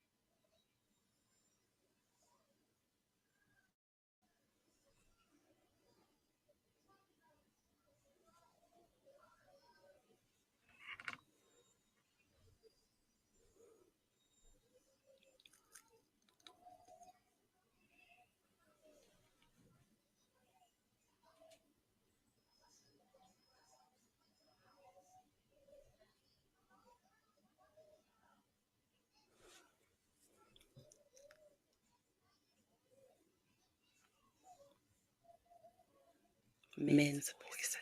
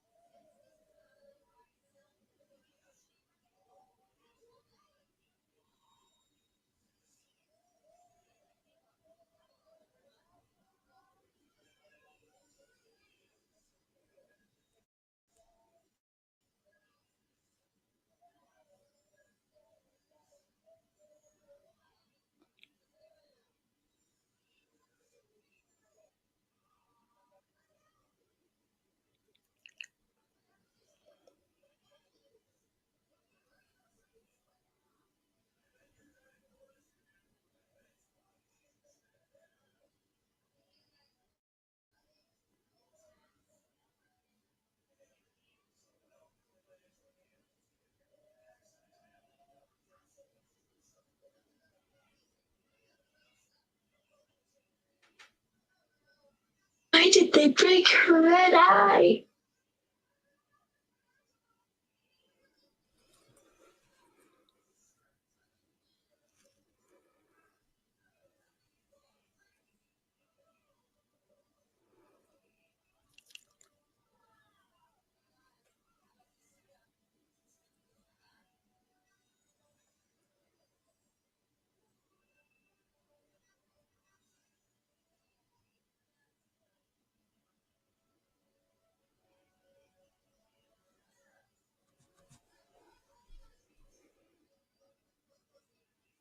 Guys, that was screaming. And as you can tell, this is not the white Elantra. But if you do this exact same thing, put these headphones back on at the exact time that they say that Brian Koberger in the white Elantra shows up, yes, you can hear Murphy barking. You cannot hear the voices and the screams that you hear right here. This is the real time that the Idaho 4 were attacked. And then get this. I don't have the video clip of this, but I can bring it to y'all if you want me to. But it all goes silent by 3:50. By the end of 3:50, you hear this really loud music bumping. And at 3:51, this person appears, walking from the direction of the King Road house. This is supposedly the DoorDash driver. And when she turns around, you can't see the bag in her hand. This DoorDash driver then leaves at 3:53 a.m. in a car that is not the white Elantra and is also not the vehicle that we watched come in at 3:46. From 3:30 on, I never see the DoorDash driver drive down this road. She had to already be there. Unless there's another way onto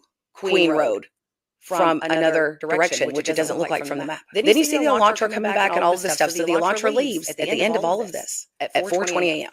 That's not even the last car that leaves the King Road house. Murphy is going crazy this entire time from the point that car leaves until the end of this video at 4:30. At 4:23, this car leaves. Actually, I have a lot more to say, so I'm gonna grab them clips and I'll be right back. If y'all have ever followed the Idaho 4 case, I'd like y'all to see something or technically hear something.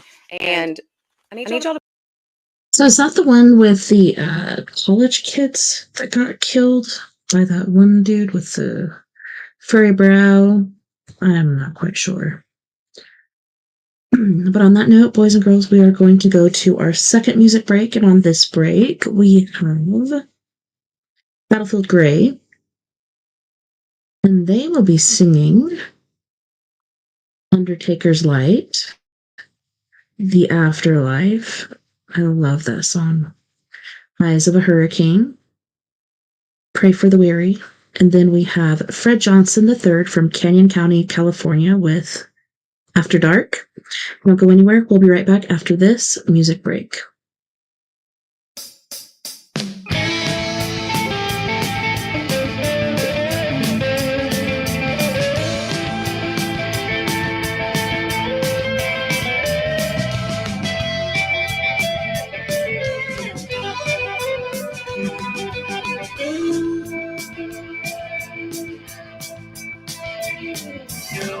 Silver spurs that jingle as the cowboy rides along.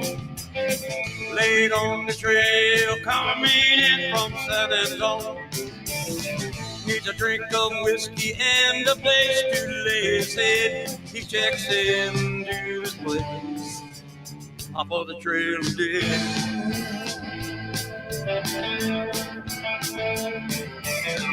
Innkeeper says you're just in time for festivities. There's a party here, can you honor? Are you not pleased? Copper looked around and there was no one there but him. Said this is gonna be one of those nights to get under the skin, like a cold Texas wind. Yeah!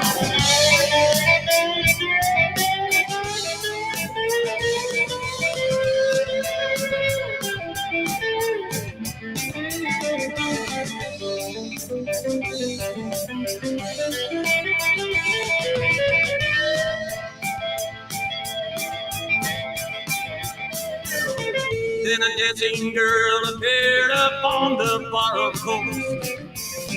Bartender gave me whiskey, stableman take my horse. Tomorrow I'll fight with the devil that I knew, but tonight there's gonna be heaven up in my room.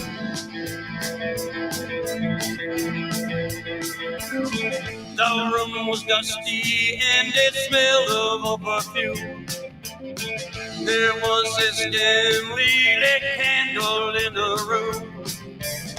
Shadow on the wall held that moment in the light, and I knew it was gonna be one of those nights. Yeah, the music started playing and she danced me around. What was that beautiful magic that I found? Could it be the devil in disguise, or could it be a glimpse of me in the Undertaker's light?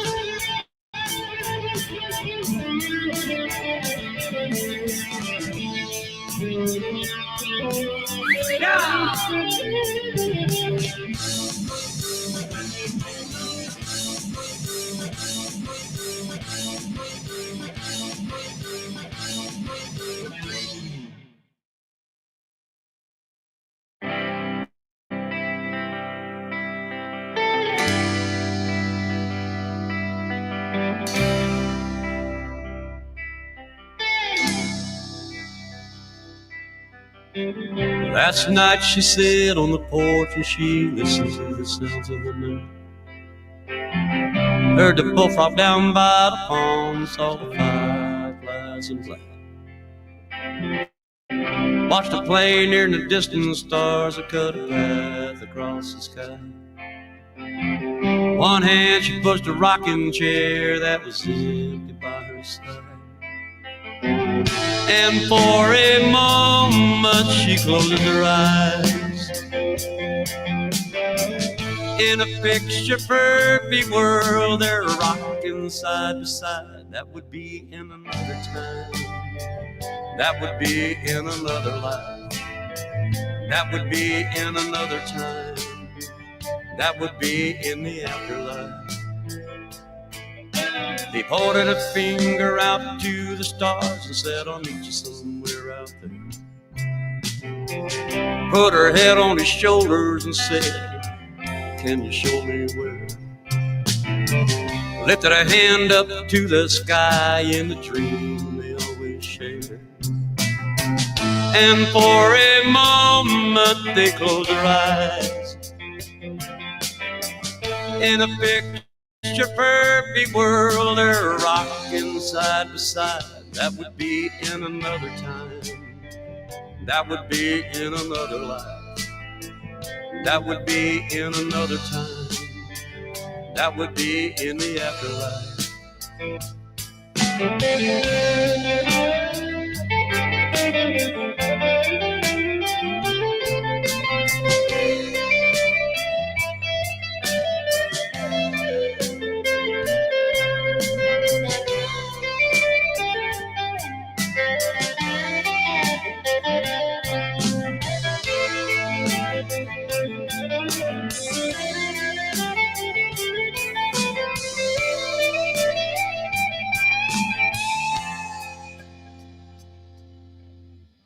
Now she's lying there in their old bed,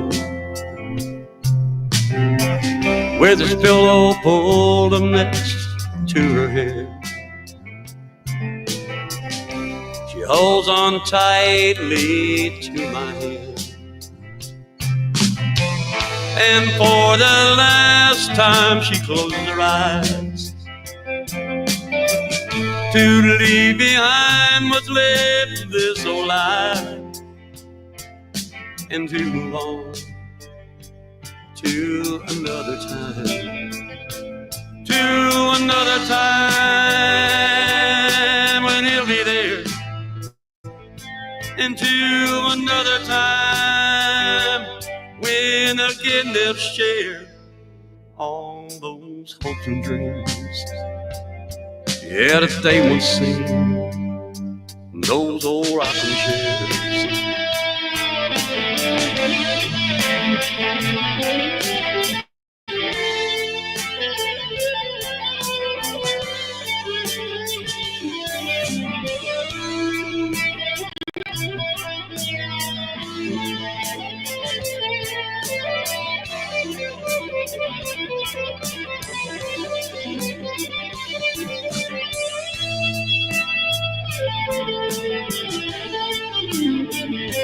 On any given night, you could find us in the moonlight, talking about the afterlife.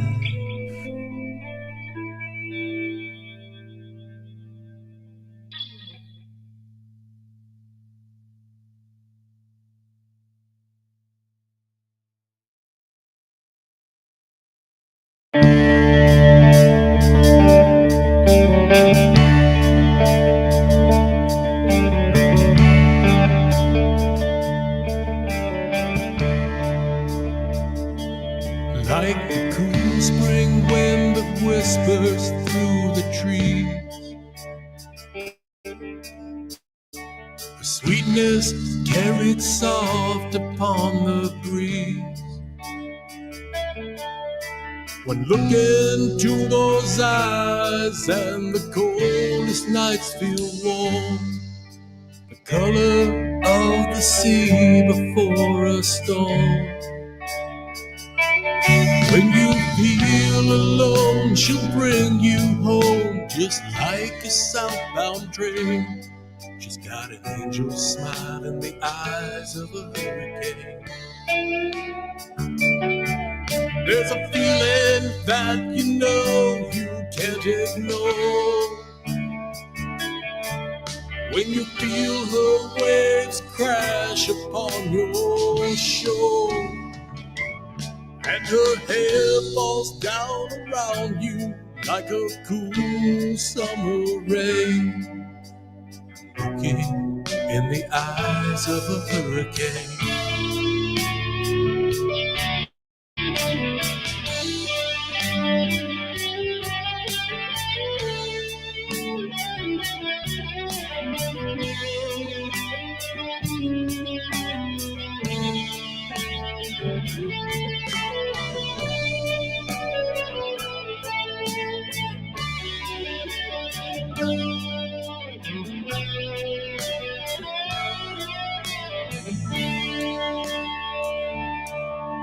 An amazing grace can make the heavens cry.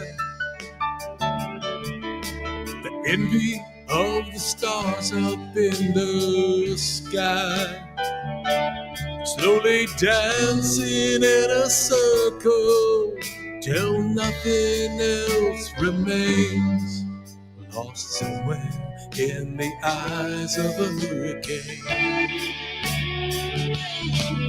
There's a feeling that you know you can't ignore, when you feel her waves crash upon your shore, and her hair falls down around you like a cool summer rain, lost somewhere in the eyes of a hurricane.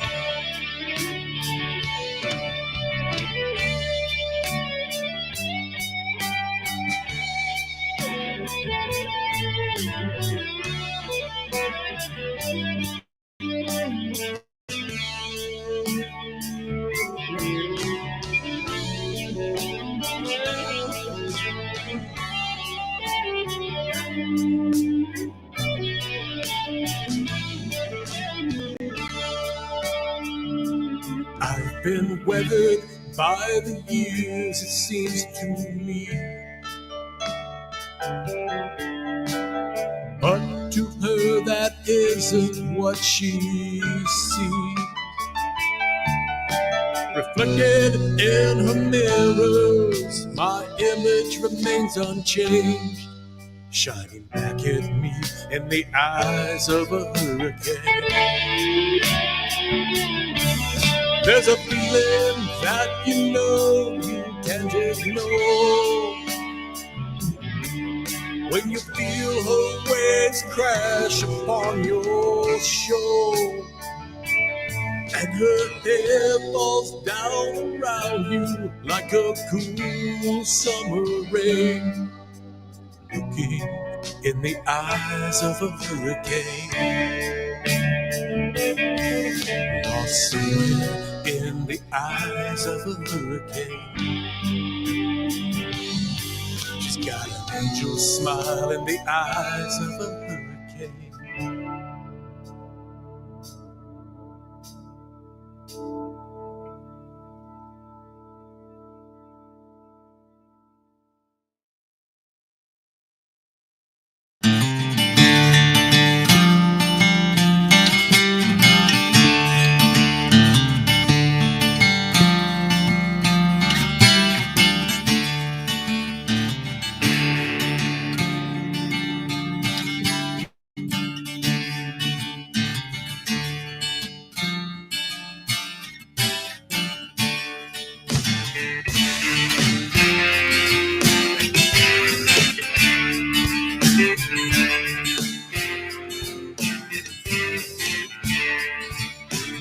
I wanna tell you a story about a man that I know.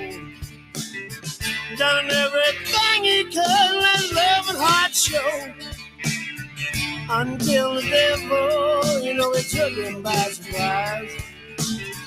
Hate to see the tears of pain in the good man's eyes. I'm gonna pray for the weary, get love and feed the hungry. Do what I can, be a better man, share the taste, walk in grace, just to embrace the love.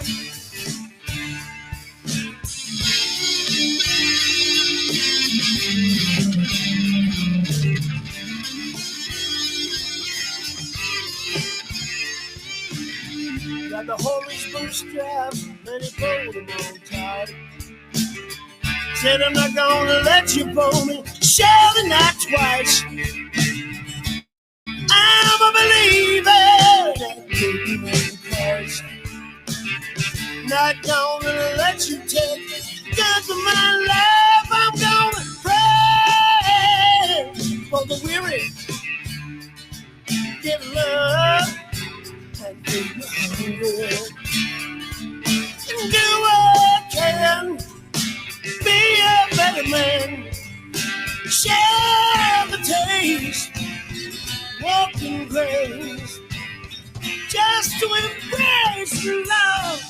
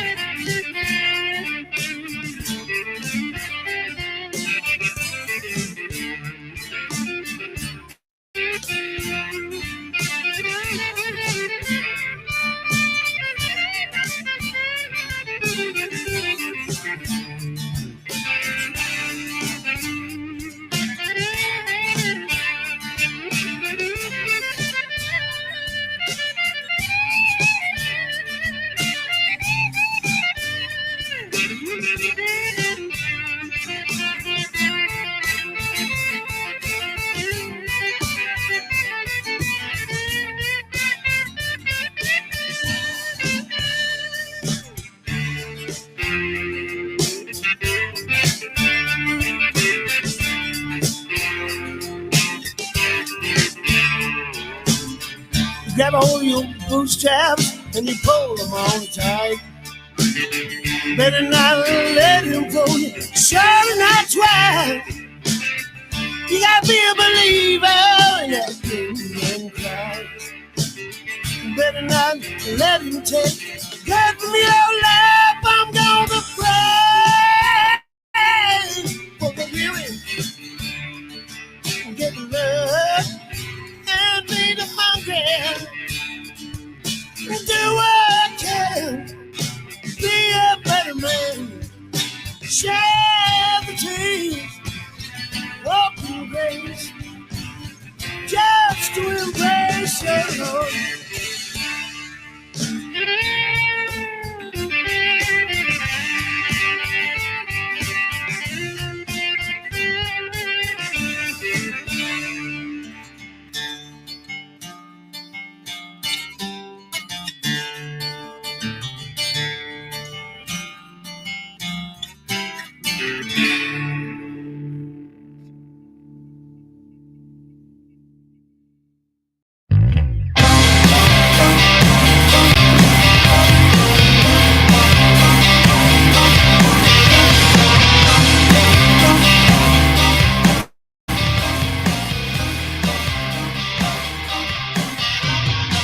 My driver pulls up in my limousine, ready to take me anywhere I want to be. I said, I want to go. Take me to a college scene. I'd like to go and dance, have drinks, and hunt the perfect date. Yeah.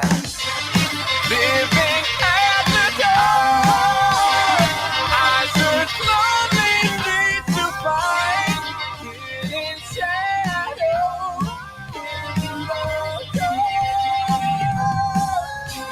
It doesn't matter what I say. Secret homicides arranged in a series of pursuits.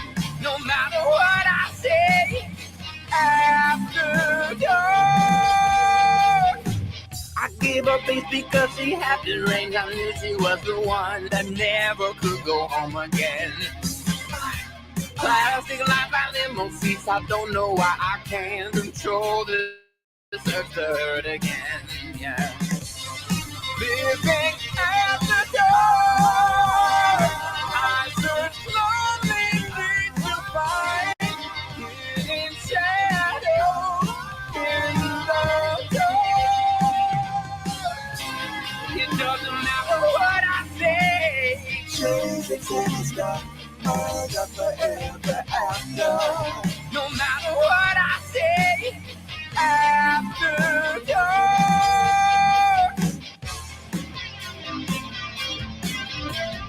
Feeling ready to forget and feel. In hiding place with days of December.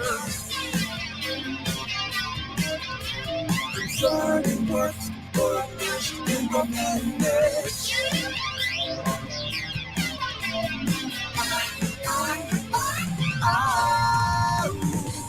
It doesn't matter what I say. It really doesn't. No matter what I say, after dark. It doesn't matter what I say. Secret homicides arranged in a series of pursuits. No matter what I say, shades in the sky, all that forever after. It doesn't matter what I say. Food and fatal, black in the heat of conscience. No matter what I say, after dark.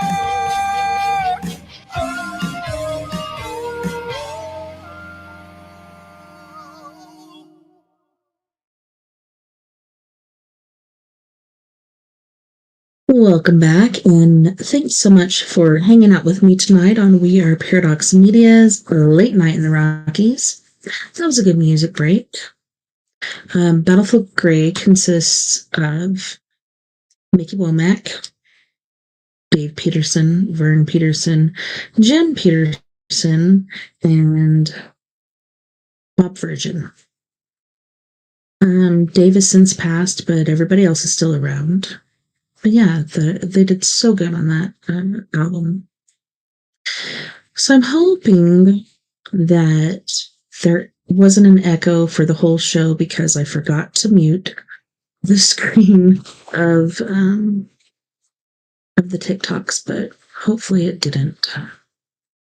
I really hope not, because I will be very disappointed. But let's go ahead and kick off some more TikToks, shall we?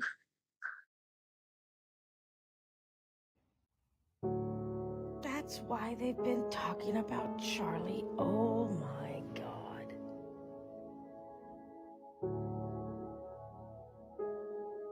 Do y'all realize what this just did? This is the second coming. They keep talking about Charlie like he's Jesus because he's bringing God back into our country and our lives. Holy fucking shit. My baby. Yeah, I'm almost done with the show. Is to facilitate the birth of the Antichrist. You already killed Christ. Bro, that was not million, like Millions, 1,000 years ago. 2,000 years ago. Bro, 1,000 years ago. Am I supposed to just forget about the death of God? Yes, you have to care about it, but for a better future, you have to forget it. I mean, not forget it, like accept it. They took God out of our country, out of our schools, out of our hearts.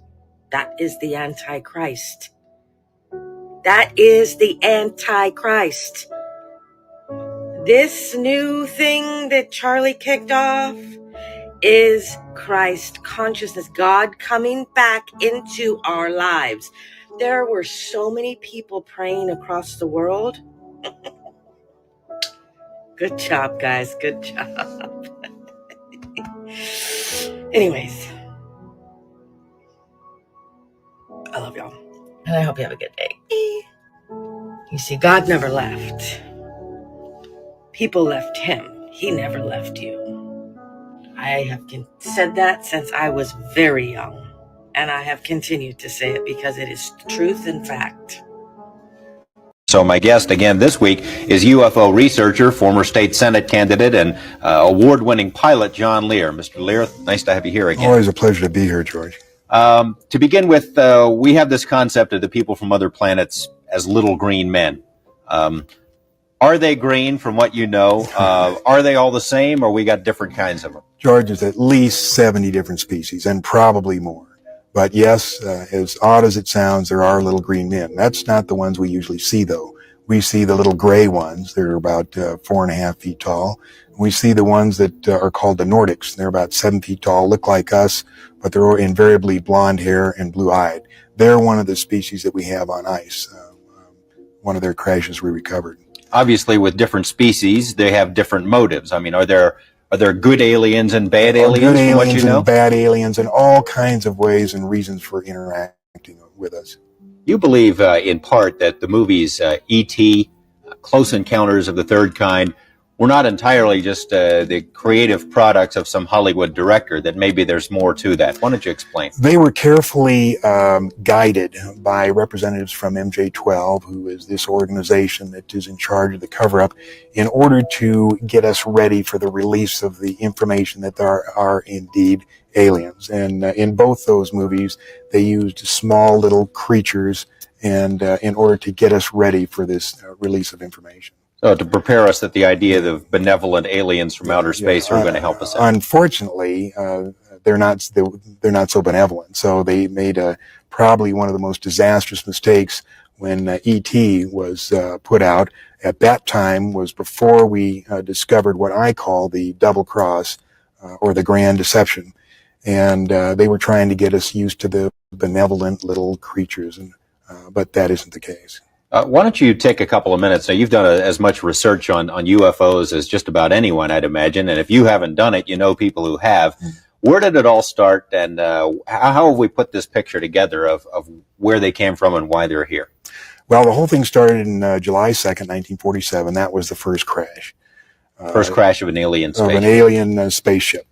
July 6th is when they recovered it and sent it to Wright-Patterson Air Force Base. July 7th is when they held the press conference and told the people it was a weather balloon, which the press bought hook, line, and sinker.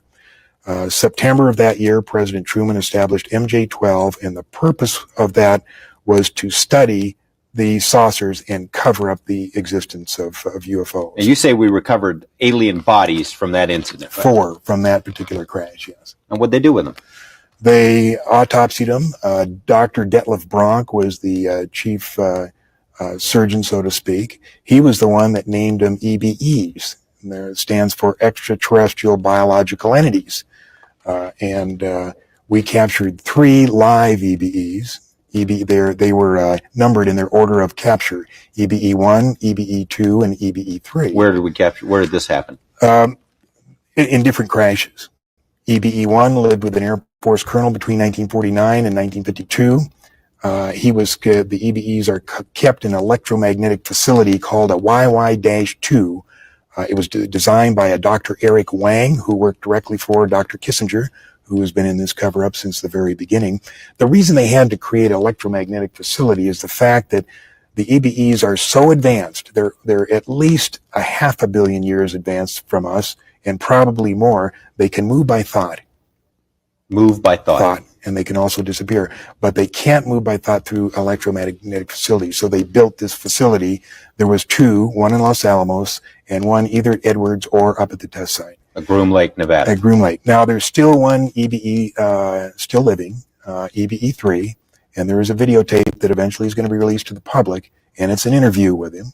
As hard as that may sound, as hard as that may be to believe, there is a videotape of an interview with EBE-3. And what is this language that the interviewers are? I haven't seen the tape, so I don't know. I wonder if the one that he's talking about is the one with the alien that is having problems with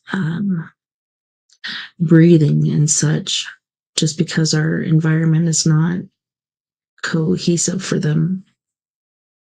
Now, can they exist among us? Is that what you're saying, or do they have to have this special environment? They have special environment, special air. It's my understanding they can only last about 20 minutes in this air. You were saying also these gray ones are the ones that we see most of the time, and you said that most of that there are a lot of different motives for them being here. The gray ones, what kind of a deal we got going with them? Is that the bunch that you suggest we've made a deal with for military technology? Well, I think we made a deal with them, and their ultimate, what they want to do is regenerate their own race. Now, apparently, they've either had some kind of nuclear accident, or they're on the backside of a evolutionary genetic curve, and they're going downhill instead of uphill. In other words, in the autopsies, of which I have 2, we found out that their digestive system is atrophied more. You know how they eat?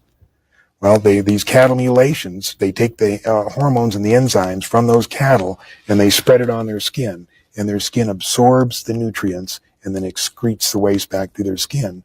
And if you read Whitley Strieber's book or listen to him talk, he talks about when he's seen them doing this to their skin, and they're scraping the waste off. Now, these cattle mutilations, there's been a film made about that, and perhaps in a couple of minutes we can take a look at some excerpts of that. Yeah, Strange Harvest was a good one. But another thing that happened here on March 4th, there was a documentary released on the best UFO photos that have been taken so far, including 1 minute and 38 seconds of videotape. Now, what happened is in November, this guy took these photos, took it into the TV station. They thought it was great, but nobody would believe it. So they spent 3 months checking the validity of authenticating the videotape and checking out the credibility of the witness. And when they had it all down, they put out this documentary, 30 minutes. I mean, it's ironclad. They're here. But do you think it got on the network? No, it was just showed locally in Pensacola. We have some of that, and perhaps when we come back, we can take a look at it. So stay with us for more of On the Record. So my guest again this week is UFO. Is your Wi-Fi tracking you? This screenshot has been making the rounds recently. It's basically selling you a service to have Wi-Fi motion detection in your home without the use of motion tracking cameras or sensors. Wow. Amazing. And for the conspiracy theorists amongst us, aka educated people, this comes as no surprise whatsoever. What I mean is that they've had this technology and capability for a long time. Who knows how they've been using it? They can absolutely track where you are in your house using your Wi-Fi, regardless of if you pay for the service or not. It works by seeing what blocks the Wi-Fi signal, kind of like a heat map. And this is very similar to how bats use echolocation to fly through the air. And if Wi-Fi is beaming out these signals that are blasting into us and getting blocked, what else is that signal doing to our bodies? This is just another thing to be aware of in the increasing surveillance of this technological world. And another reason to turn off your Wi-Fi whenever you're not using it. If they're offering this as a service, that means the devices already have this capability. And I wouldn't doubt if they're not already using this on us without our knowledge. Is your Wi-Fi tracking you? This screenshot has been... Story time. Growing up in the 90s, I had a great aunt named Martha, and she was a wonderful woman. And when I tell you she was one with nature, this woman had up to 10 wild animals in her yard. Aunt Martha had always taken care of these animals. Didn't even have to have food. They would just come to her. So one day, I'm hanging out with her, and we're shelling butter beans on the back porch, when all of a sudden, one of the most beautiful animals I had ever seen walked up into her backyard. White deer. I had never seen an albino or snow white deer ever before. This deer was absolutely majestic. He had the biggest set of horns we ever saw, big full mane, bright blue eyes, and a big bushy tail. He was gorgeous. So while me and Aunt Martha's jaws are dropped from looking at this beautiful creature, the neighbor walks over and says, "Oh my God, what is that? Let me go get my pew pew. I have to get it." And Aunt Martha said, "Don't you dare." He said, "Why? It's just going to eat, poop, and die at some point anyways." She said, "Leave it alone. This is their home and their safe place." I said, "Matthew, I've warned you before about this. If you mess with nature here on this property, you know what's going to happen." He said, "Oh, I don't believe your old ghost stories. That don't scare me." She said, "Why won't you just leave it alone? He's just trying to live its life." He said, "Because it's so beautiful, rare, and unique. I think it would look good over my fireplace." And Martha turned and said, "Well, maybe you would look good over my fireplace." So he walks away, and we can tell he's fuming. And she looks at me and says, "He'll be back." It seemed like something more was going on. I just didn't know what it was. I said, "What do you mean? Why would he come back?" She said, "Because he's already seen it. He's not going to be able to let go of this now. He's going to try to unalive that beautiful deer. But we can't let that happen." So we took a bag of corn way out in the woods and lured them away from the backyard. Where we took the deer corn was on her property on the backside. So this neighbor had no business being. Even though we put out that corn, the animals still came back. They always came back. They loved her. We see that beautiful white deer walk up in the backyard again. So the next morning, we're back on the porch shelling more butter beans when the neighbor walks over again and says, "Hey, have y'all seen that deer again?" Martha said, "No, we haven't seen nothing today." And Martha said, "Didn't I warn you before about this? You didn't learn your lessons, and I'm telling you, this is not the kind of land that you want to hurt these animals. It will come back on you." I said, "Aunt Martha, tell me, why did you say you didn't learn your lesson? What happened before?" She said, "Back when Matthew and his wife first moved here, they were pulling up in their driveway, and Matthew saw this big rabbit hopping across the road. So Matthew gets back in the car, backs out the driveway, floors the gas, and hits the rabbit on purpose. Yeah, he did it just to unalive it. They didn't eat it. They didn't keep the skin. We got nothing out of hurting this rabbit." Well, you can say it's connected or not. I don't know. But 2 weeks later, Matthew himself got hit by a cart in the same damn spot. On his day off, Matthew went outside with his coffee to check the mail. And when he walked back up the driveway, his wife backed out of the yard. She was late for work, so she stomped the gas and she hit Matthew. It did not unalive him, but he did break his leg. When Matthew got out of the hospital, his wife was rolling him into the house. Aunt Martha walked up and said, "Matthew, I warned you, if you hurt the animals here, they will hurt you back." Matthew said, "Martha, it was an accident. She didn't see me out there. This is ridiculous. Go home." So Martha pulled Matthew's wife over to the side and said, "Look, I'm telling you, if he doesn't stop hurting these animals, this is only going to get worse." Now fast forward to where I'm spending the night with Aunt Martha, and we're sitting on the porch. It's like 6 o'clock in the evening, and we see that beautiful white deer walk up in the backyard again. It's dark, but we can tell it's him because it's a solid white deer. Anyone can spot it. Well, I'm sleeping on the couch, and around 4 a.m., we hear a loud bam, like gunfire. So Martha goes flying out the front door in her house coat, yelling, "What's going on out here?" And then we see Matthew come walking down the street with his rifle. Martha screams out, "You didn't! Please tell me you didn't hurt that beautiful deer." And Matthew said, "I couldn't get to it, but I got to another one." He had unalived a baby fawn, a little fawn that was just walking around eating with its mother. He said, "That's not all. I got the mama too. We're fixing to go pull her out the woods." She said,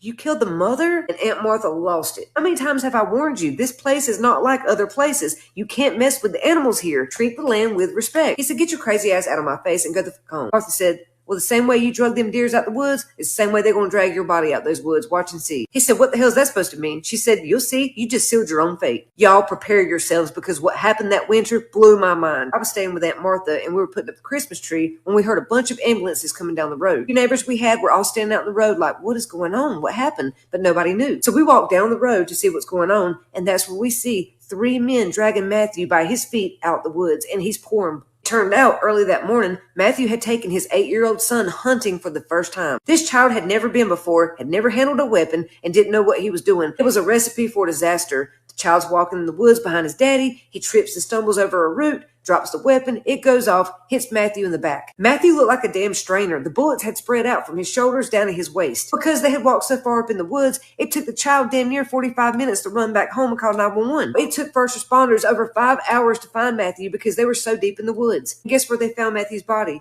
He was sitting up against a tree beside them old stones where Aunt Martha had taken me before. The little boy told police that was not where the accident happened. He says they were down at the creek. We have no idea how Matthew got from the creek to the stones. You're talking about a damn near hour's walk. How would he have gotten that far with all those injuries? What else is strange? When they did his autopsy, they found these big gashes. It looked like an animal with antlers had been ramming him. There were cuts, bruises, and abrasions, but especially gashes all over his back, shoulders, and the back of his head. It looked like someone had taken a set of deer antlers and just jabbed him repeatedly in his back. It was really sad because Matthew's son, he was just 8 years old. He didn't have any safety, didn't know what he was doing. Matthew had no business giving that child a weapon. What's so crazy, when this little boy turned 13, he told his new stepdaddy that the day his father died, he saw a white deer before he tripped over the root. When that little boy said that and it got around the neighborhood, me and Aunt Martha were like, full circle. You cannot tell me that white deer didn't know what the hell he was doing. I know he did. He got Matthew's ass. What really gave me chills was the fact that what Aunt Martha said came true. When she told Matthew, they're going to drag you out of these woods the same way you're dragging these animals out,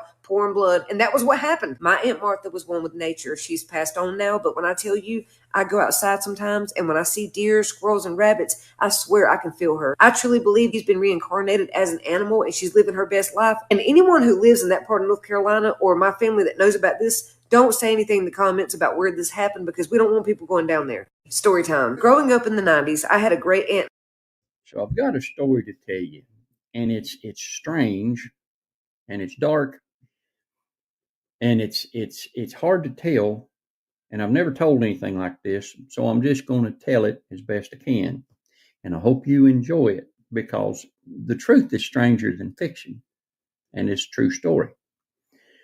So about 7 weeks ago, I went over to visit my buddy Charlie. He has been sick for probably about 2 years, but he was only bedfast for like the last 6 or 7 months of his life, and he just couldn't get up and muster no energy at all. He was sick.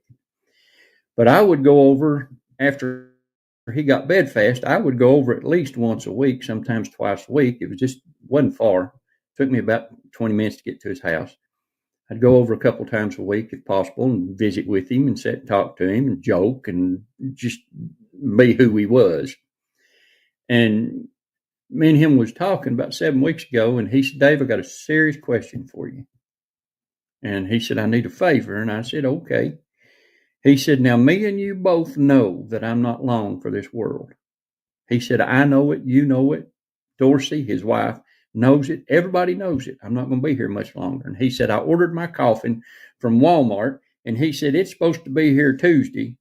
He said, I'm doing my own arrangements because I want it done my way. And he said, I don't want Dorsey to have to fool with nobody or nothing. Just go to my burial and let it be.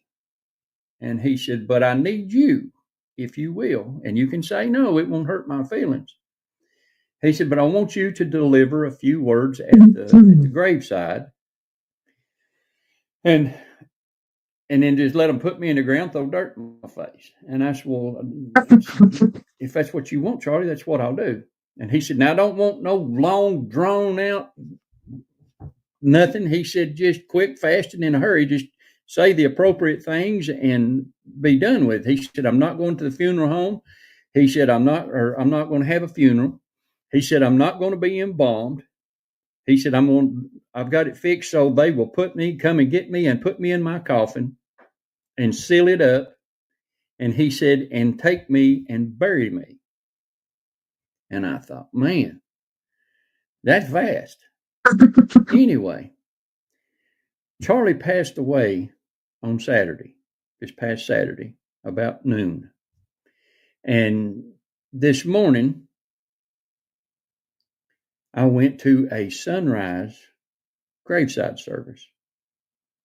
He didn't tell me he was going to have it in Roane County, Tennessee, which it didn't matter. I'd have went to the ends of the earth for him. He was my friend. But I had to get up at 2:00, get ready, and get over there before sunrise. And at about 6:15 this morning, up in the hills of Roane County, I was standing in a little family cemetery delivering a message for one of my best buddies and watching the sun come up over the Smoky Mountains. It's beautiful to look at. It's beautiful. And after the funeral was over, or after the graveside service was over, I was standing talking to his wife, Dorsey, and trying to console her, and she was saying her final goodbyes. And I don't guess there was probably, other than just the people that drove the hearse and the men that were waiting to inter the body, I'd say there wasn't 15 people there. Anyway, I was standing there talking to her, and it was kind of sad to me that there wasn't more people there because he was a good man. And I was talking to her, and I said, Dorsey, I said, let me ask you a question. I said, what was he thinking about when he had this sunrise graveside service? I said, I've never heard of it before. And she said, yeah, I hadn't either. She said, but you know how he was. And I said, yeah. I said, but this is a little bit far out for him. She said, no. She said, me and him talked about it, and his reasoning was sound. And I said, well, what was his reasoning? And she said, he told me that if I wanted to know who I could depend on and who I could trust and who cared anything about me and him, they would be here. And he said, there was you, and she started naming his other friends. There was about 4 of us, 4 men. There was you 4, and said, and then what little bit of family showed up? And she said, now I know. And you know, I've thought about that. And I'm going to talk to my wife about doing the same thing, because of all the things that woman is going to be dealing with in the next few days, one of the things is not going to be who she can trust, who she can count on, and who are true friends. That's a little dark. It's true. But I see the wisdom in it. Hope you enjoyed this. I sure did. It's strange, even for me. It's hard to tell. But God bless you and have a great day. Now I got to go back to work. God bless you. Warning, if you're a parasite, you're not going to be able to watch this video, so I'm going to give you 3 seconds to scroll if you're a parasite. 3, 2, 1. If there was a way to break all of the spells and escape the Matrix, would you take it? Answer in the comments below. A lot of you watching have a spirit of a parasite, and I am going to detox you through watching this video. Some of you are going to scroll because the parasite in you is afraid of that detox. The rest of you stay, and it's going to be okay. But you're going to get angry first. But again, it's going to be okay. The 3 sentences behind me are going to really bother that parasite inside of you. So let's look at them. You are an animal. Your job is not your purpose. If you don't charge for your gift, you will lose them in this capitalistic matrix. The people who scroll couldn't handle it. That belief that you're not an animal is used to control you. If you look up the etymology of animal, you'll see that it's anima, meaning spirit or soul. There's nothing wrong with being an animal. But even further into the actual definition, it means an organism that eats organic matter. That's you. It's easy to control people who don't believe they're animals because we understand that every single animal has a role. If we want to understand the purpose of an animal, we just look at its environment. Its natural environment will tell us what its purpose is in nature and what it's supposed to do. The problem is most of you don't know what you're supposed to eat, what you're supposed to do, your collective purpose. You don't even know what your natural habitat is, so this makes you easy to control. So then somebody can tell you what your purpose is, and they normally tell you that your purpose is a job. You're still here? We're detoxing, so let's go. Your job is not your purpose. This is what I call the false mystery. It's not a mystery. What your purpose is, at least, is not a mystery. All you got to do is figure out what humans were doing before civilization. I know that hurts, before civilization, right? Well, since you don't know your purpose, they got you working a 9 to 5. You think that you were made to work a 9 to 5? Think about it. When somebody asks you, what are you? You tell them your job. Your job? You're much more than your job.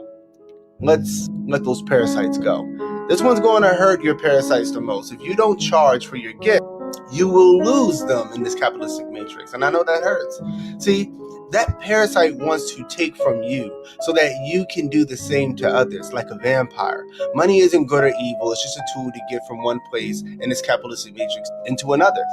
So in this matrix, you have to take care of yourself before you take care of others. This is like being on a plane. When the oxygen mask falls down, they say, put it on you before you put it on your child. Because think about it. If you pass out, no one will help your child. And nobody will be there to help your child. You see, the people who give out their gifts without receiving anything for it end up being depleted. So now when somebody comes to them and they really need their gift, they really need their help, they're like, bro, I got bills to pay. I'm about to be evicted. I got to feed my children. But if they would have paid themselves first, it wouldn't be, or they wouldn't be in this predicament. This is a vampire matrix, a devouring matrix, a parasitic matrix called civilization, a parasite that takes without giving. Notice that the more advanced civilization grows, the weaker humanity is and more depleted the earth. That's right, because civilization is a parasite. And I know that hurts in here, in your body. Again, it's a spiritual parasite. This is a detox. There's nothing wrong with you if you're charging for your gifts, but it wants to keep you here by making you dependent upon it. So my mission is to free y'all from this matrix, from this parasite. To completely free yourself, you gotta free yourself from this civilization, but that doesn't mean that you have to leave technology. There's a link at the top of the page. It's a free audiobook. It's called FAMS, Food, Forest, Foraging, Hunting, Anti-Fragile Modern Society, FFFHAMS. This will free you and future generations. The parasite in you will try to stop you from receiving these instructions. Do not listen. I love you all. Peace. Warning. Hello and welcome to our new and existing members of the We Do Not Care Club. I started this club for all women in perimenopause, menopause, and postmenopause. We are putting the world on notice that we simply just do not care much anymore. Let's go ahead and get started with today's announcements. Damn. We Don't use your do teeth as not tools. care if you call us, hang up, and text us.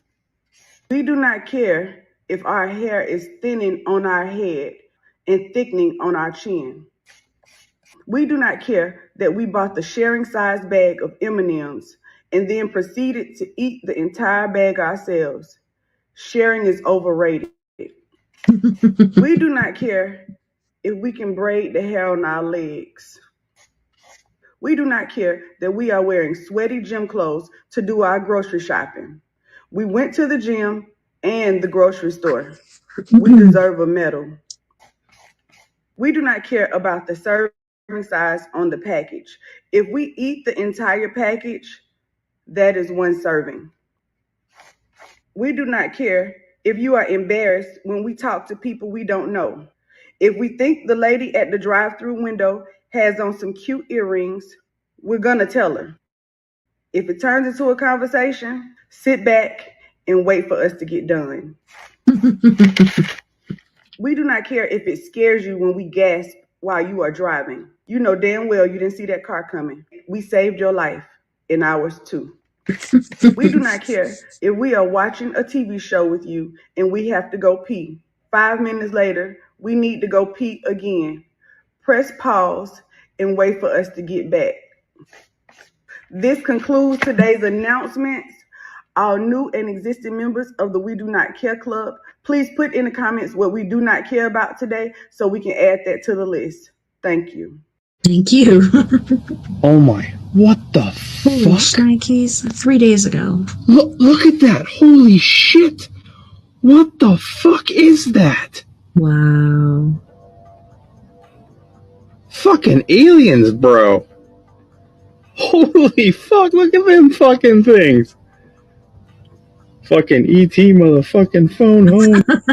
This footage comes from the USA, though the date is unknown. Judging from the person's reaction and the video itself, it does seem pretty legit. What's surprising is that usually when people see orbs, it's just one or two that, or maybe a few forming shapes. But here, it's more than anything we've witnessed. The way they appeared almost felt like they were already there, just invisible until that moment. It's like a zigzag. And here's the big question. What if this isn't a fleet of objects at all, but one single massive craft, and what we're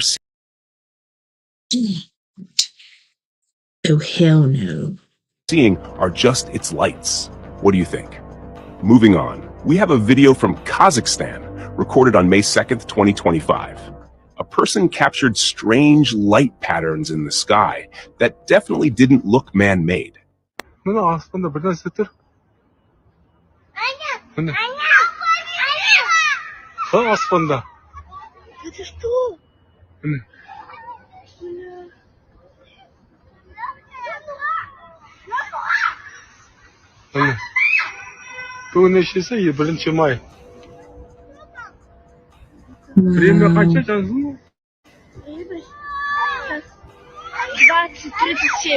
At first glance, you might think it's just moonlight leaking through the clouds. But looking closer, you can see there weren't any thick clouds in that part of the sky, only thin and transparent ones.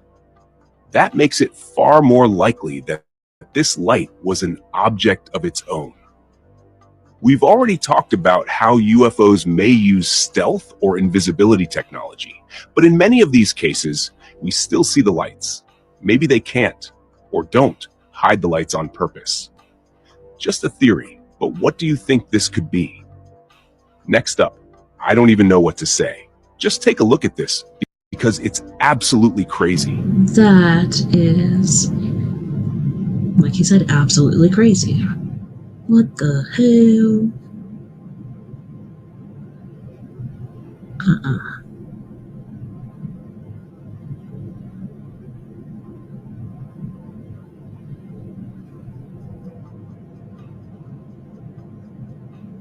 That is crazy. I came across this video randomly. According to reports, it was filmed by someone flying in their private plane. And I know, it looks almost unbelievable, like a scene out of a movie. I even tried reverse searching it and found nothing, meaning it hasn't been widely shared. The location is unknown too. Could it be CGI? Possibly. But then again, we've seen footage of massive crafts from the ground. So what if this is simply what they look like from above? I'll leave this one up to you, real or fake. Now, somewhere in Antarctica, within a restricted area, a Navy officer reportedly recorded this footage of a pure white disc-shaped UFO. And honestly, it makes a lot of sense when you think about it. Oh yeah, it's got to blend in with its surroundings.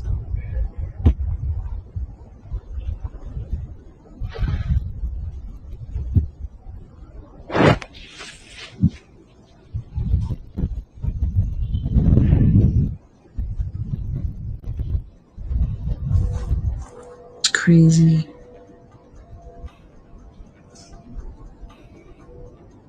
Antarctica itself is shrouded in mystery, and access is limited to military and officials only. Looking at this footage, the UFO being pure white actually makes sense. It would blend perfectly into that icy environment. Just like Antarctica itself, anything that comes from there is surrounded in mystery. Whatever the case, this footage is truly fascinating. What's your take on it? Moving forward, on August 6, 2025, over Mexico, a person spotted a bizarre cloud that looked like something far more than just a cloud.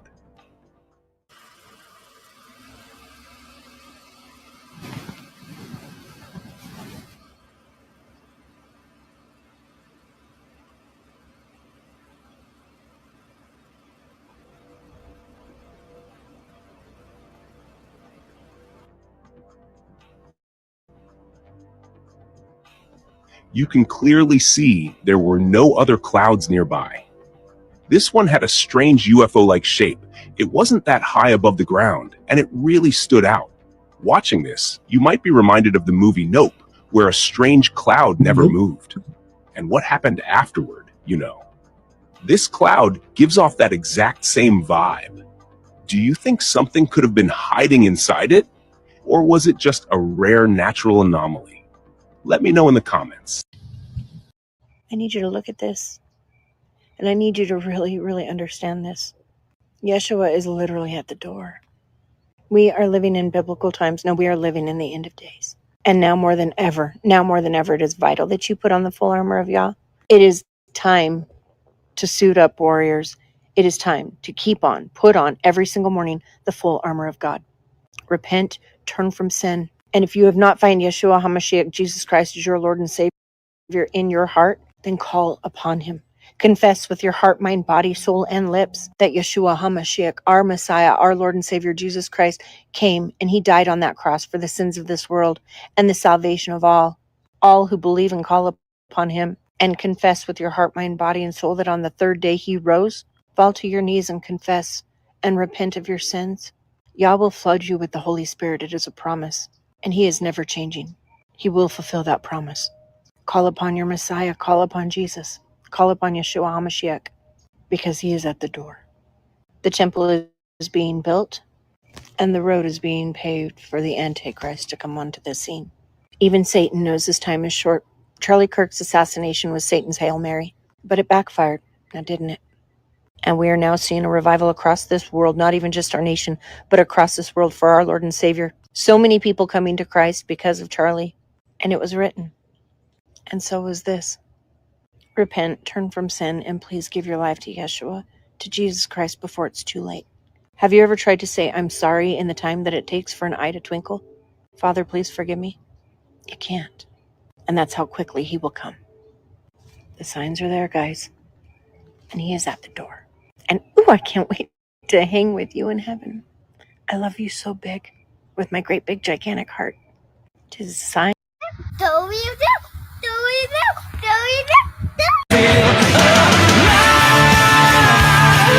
Something very weird is happening in the world right now. Revival for Jesus Christ is breaking out in Germany, New Zealand, Italy, London, Korea, Brazil. It's happening all over the world right now. This just happened in Australia. Christ is King. Christ. And in London, Pakistan, Venice, Poland, Sweden, Paris, France, 500,000 in Poland, the Netherlands, Mexico, and yes, my own country, United States, from Boston, Denver, Washington, D.C., Hollywood, even San Francisco, even the White House. American Idol streamed a 3-hour worship session. This is the turning point. Revival is happening. We've been praying for one last revival before Antichrist and darkness reigns. This is the turning point. If you agree, type amen and subscribe. We all thought this was crazy. Just wait, because it's about to get topped times a Google. You know, the 666 in Google Chrome's logo, we all thought was pretty suspicious. But now I'm finding out that Google's graphics processor is called Adreno, and their search engine is What? So weird. Come back, you're creeping me out.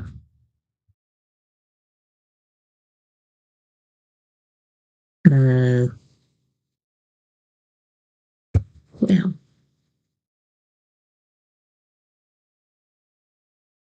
That is odd indeed.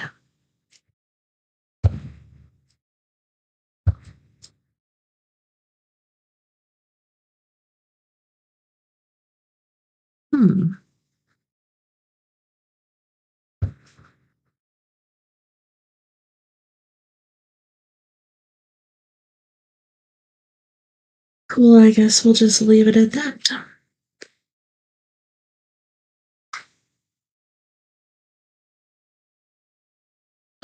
Oops, wrong button. Called Chrome. If you know, you know. And they're not even attempting to hide the sheer evil in these corporations, paying homage to Satan and evil itself. Now, what did they expect from people like you and me when we go searching around and doing our research and we find out the names of these things?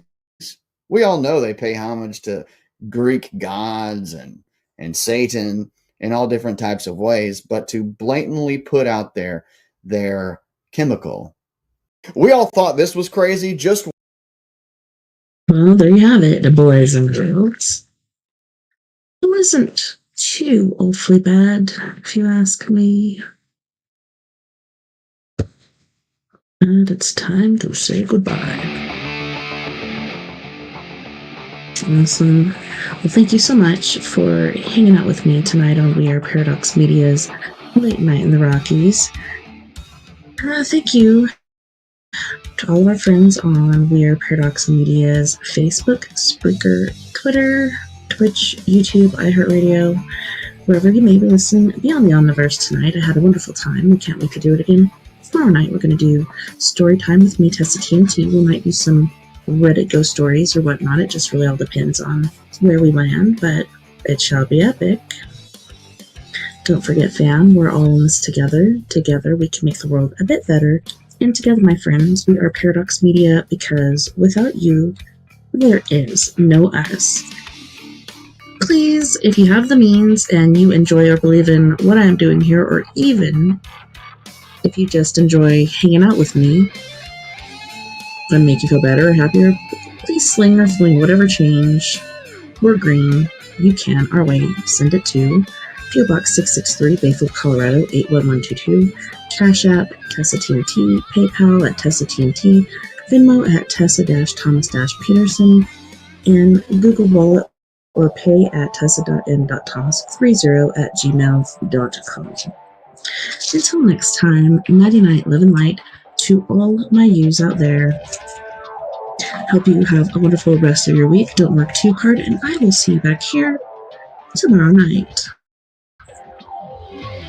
And I will see you back here, same crazy time, same crazy ass place.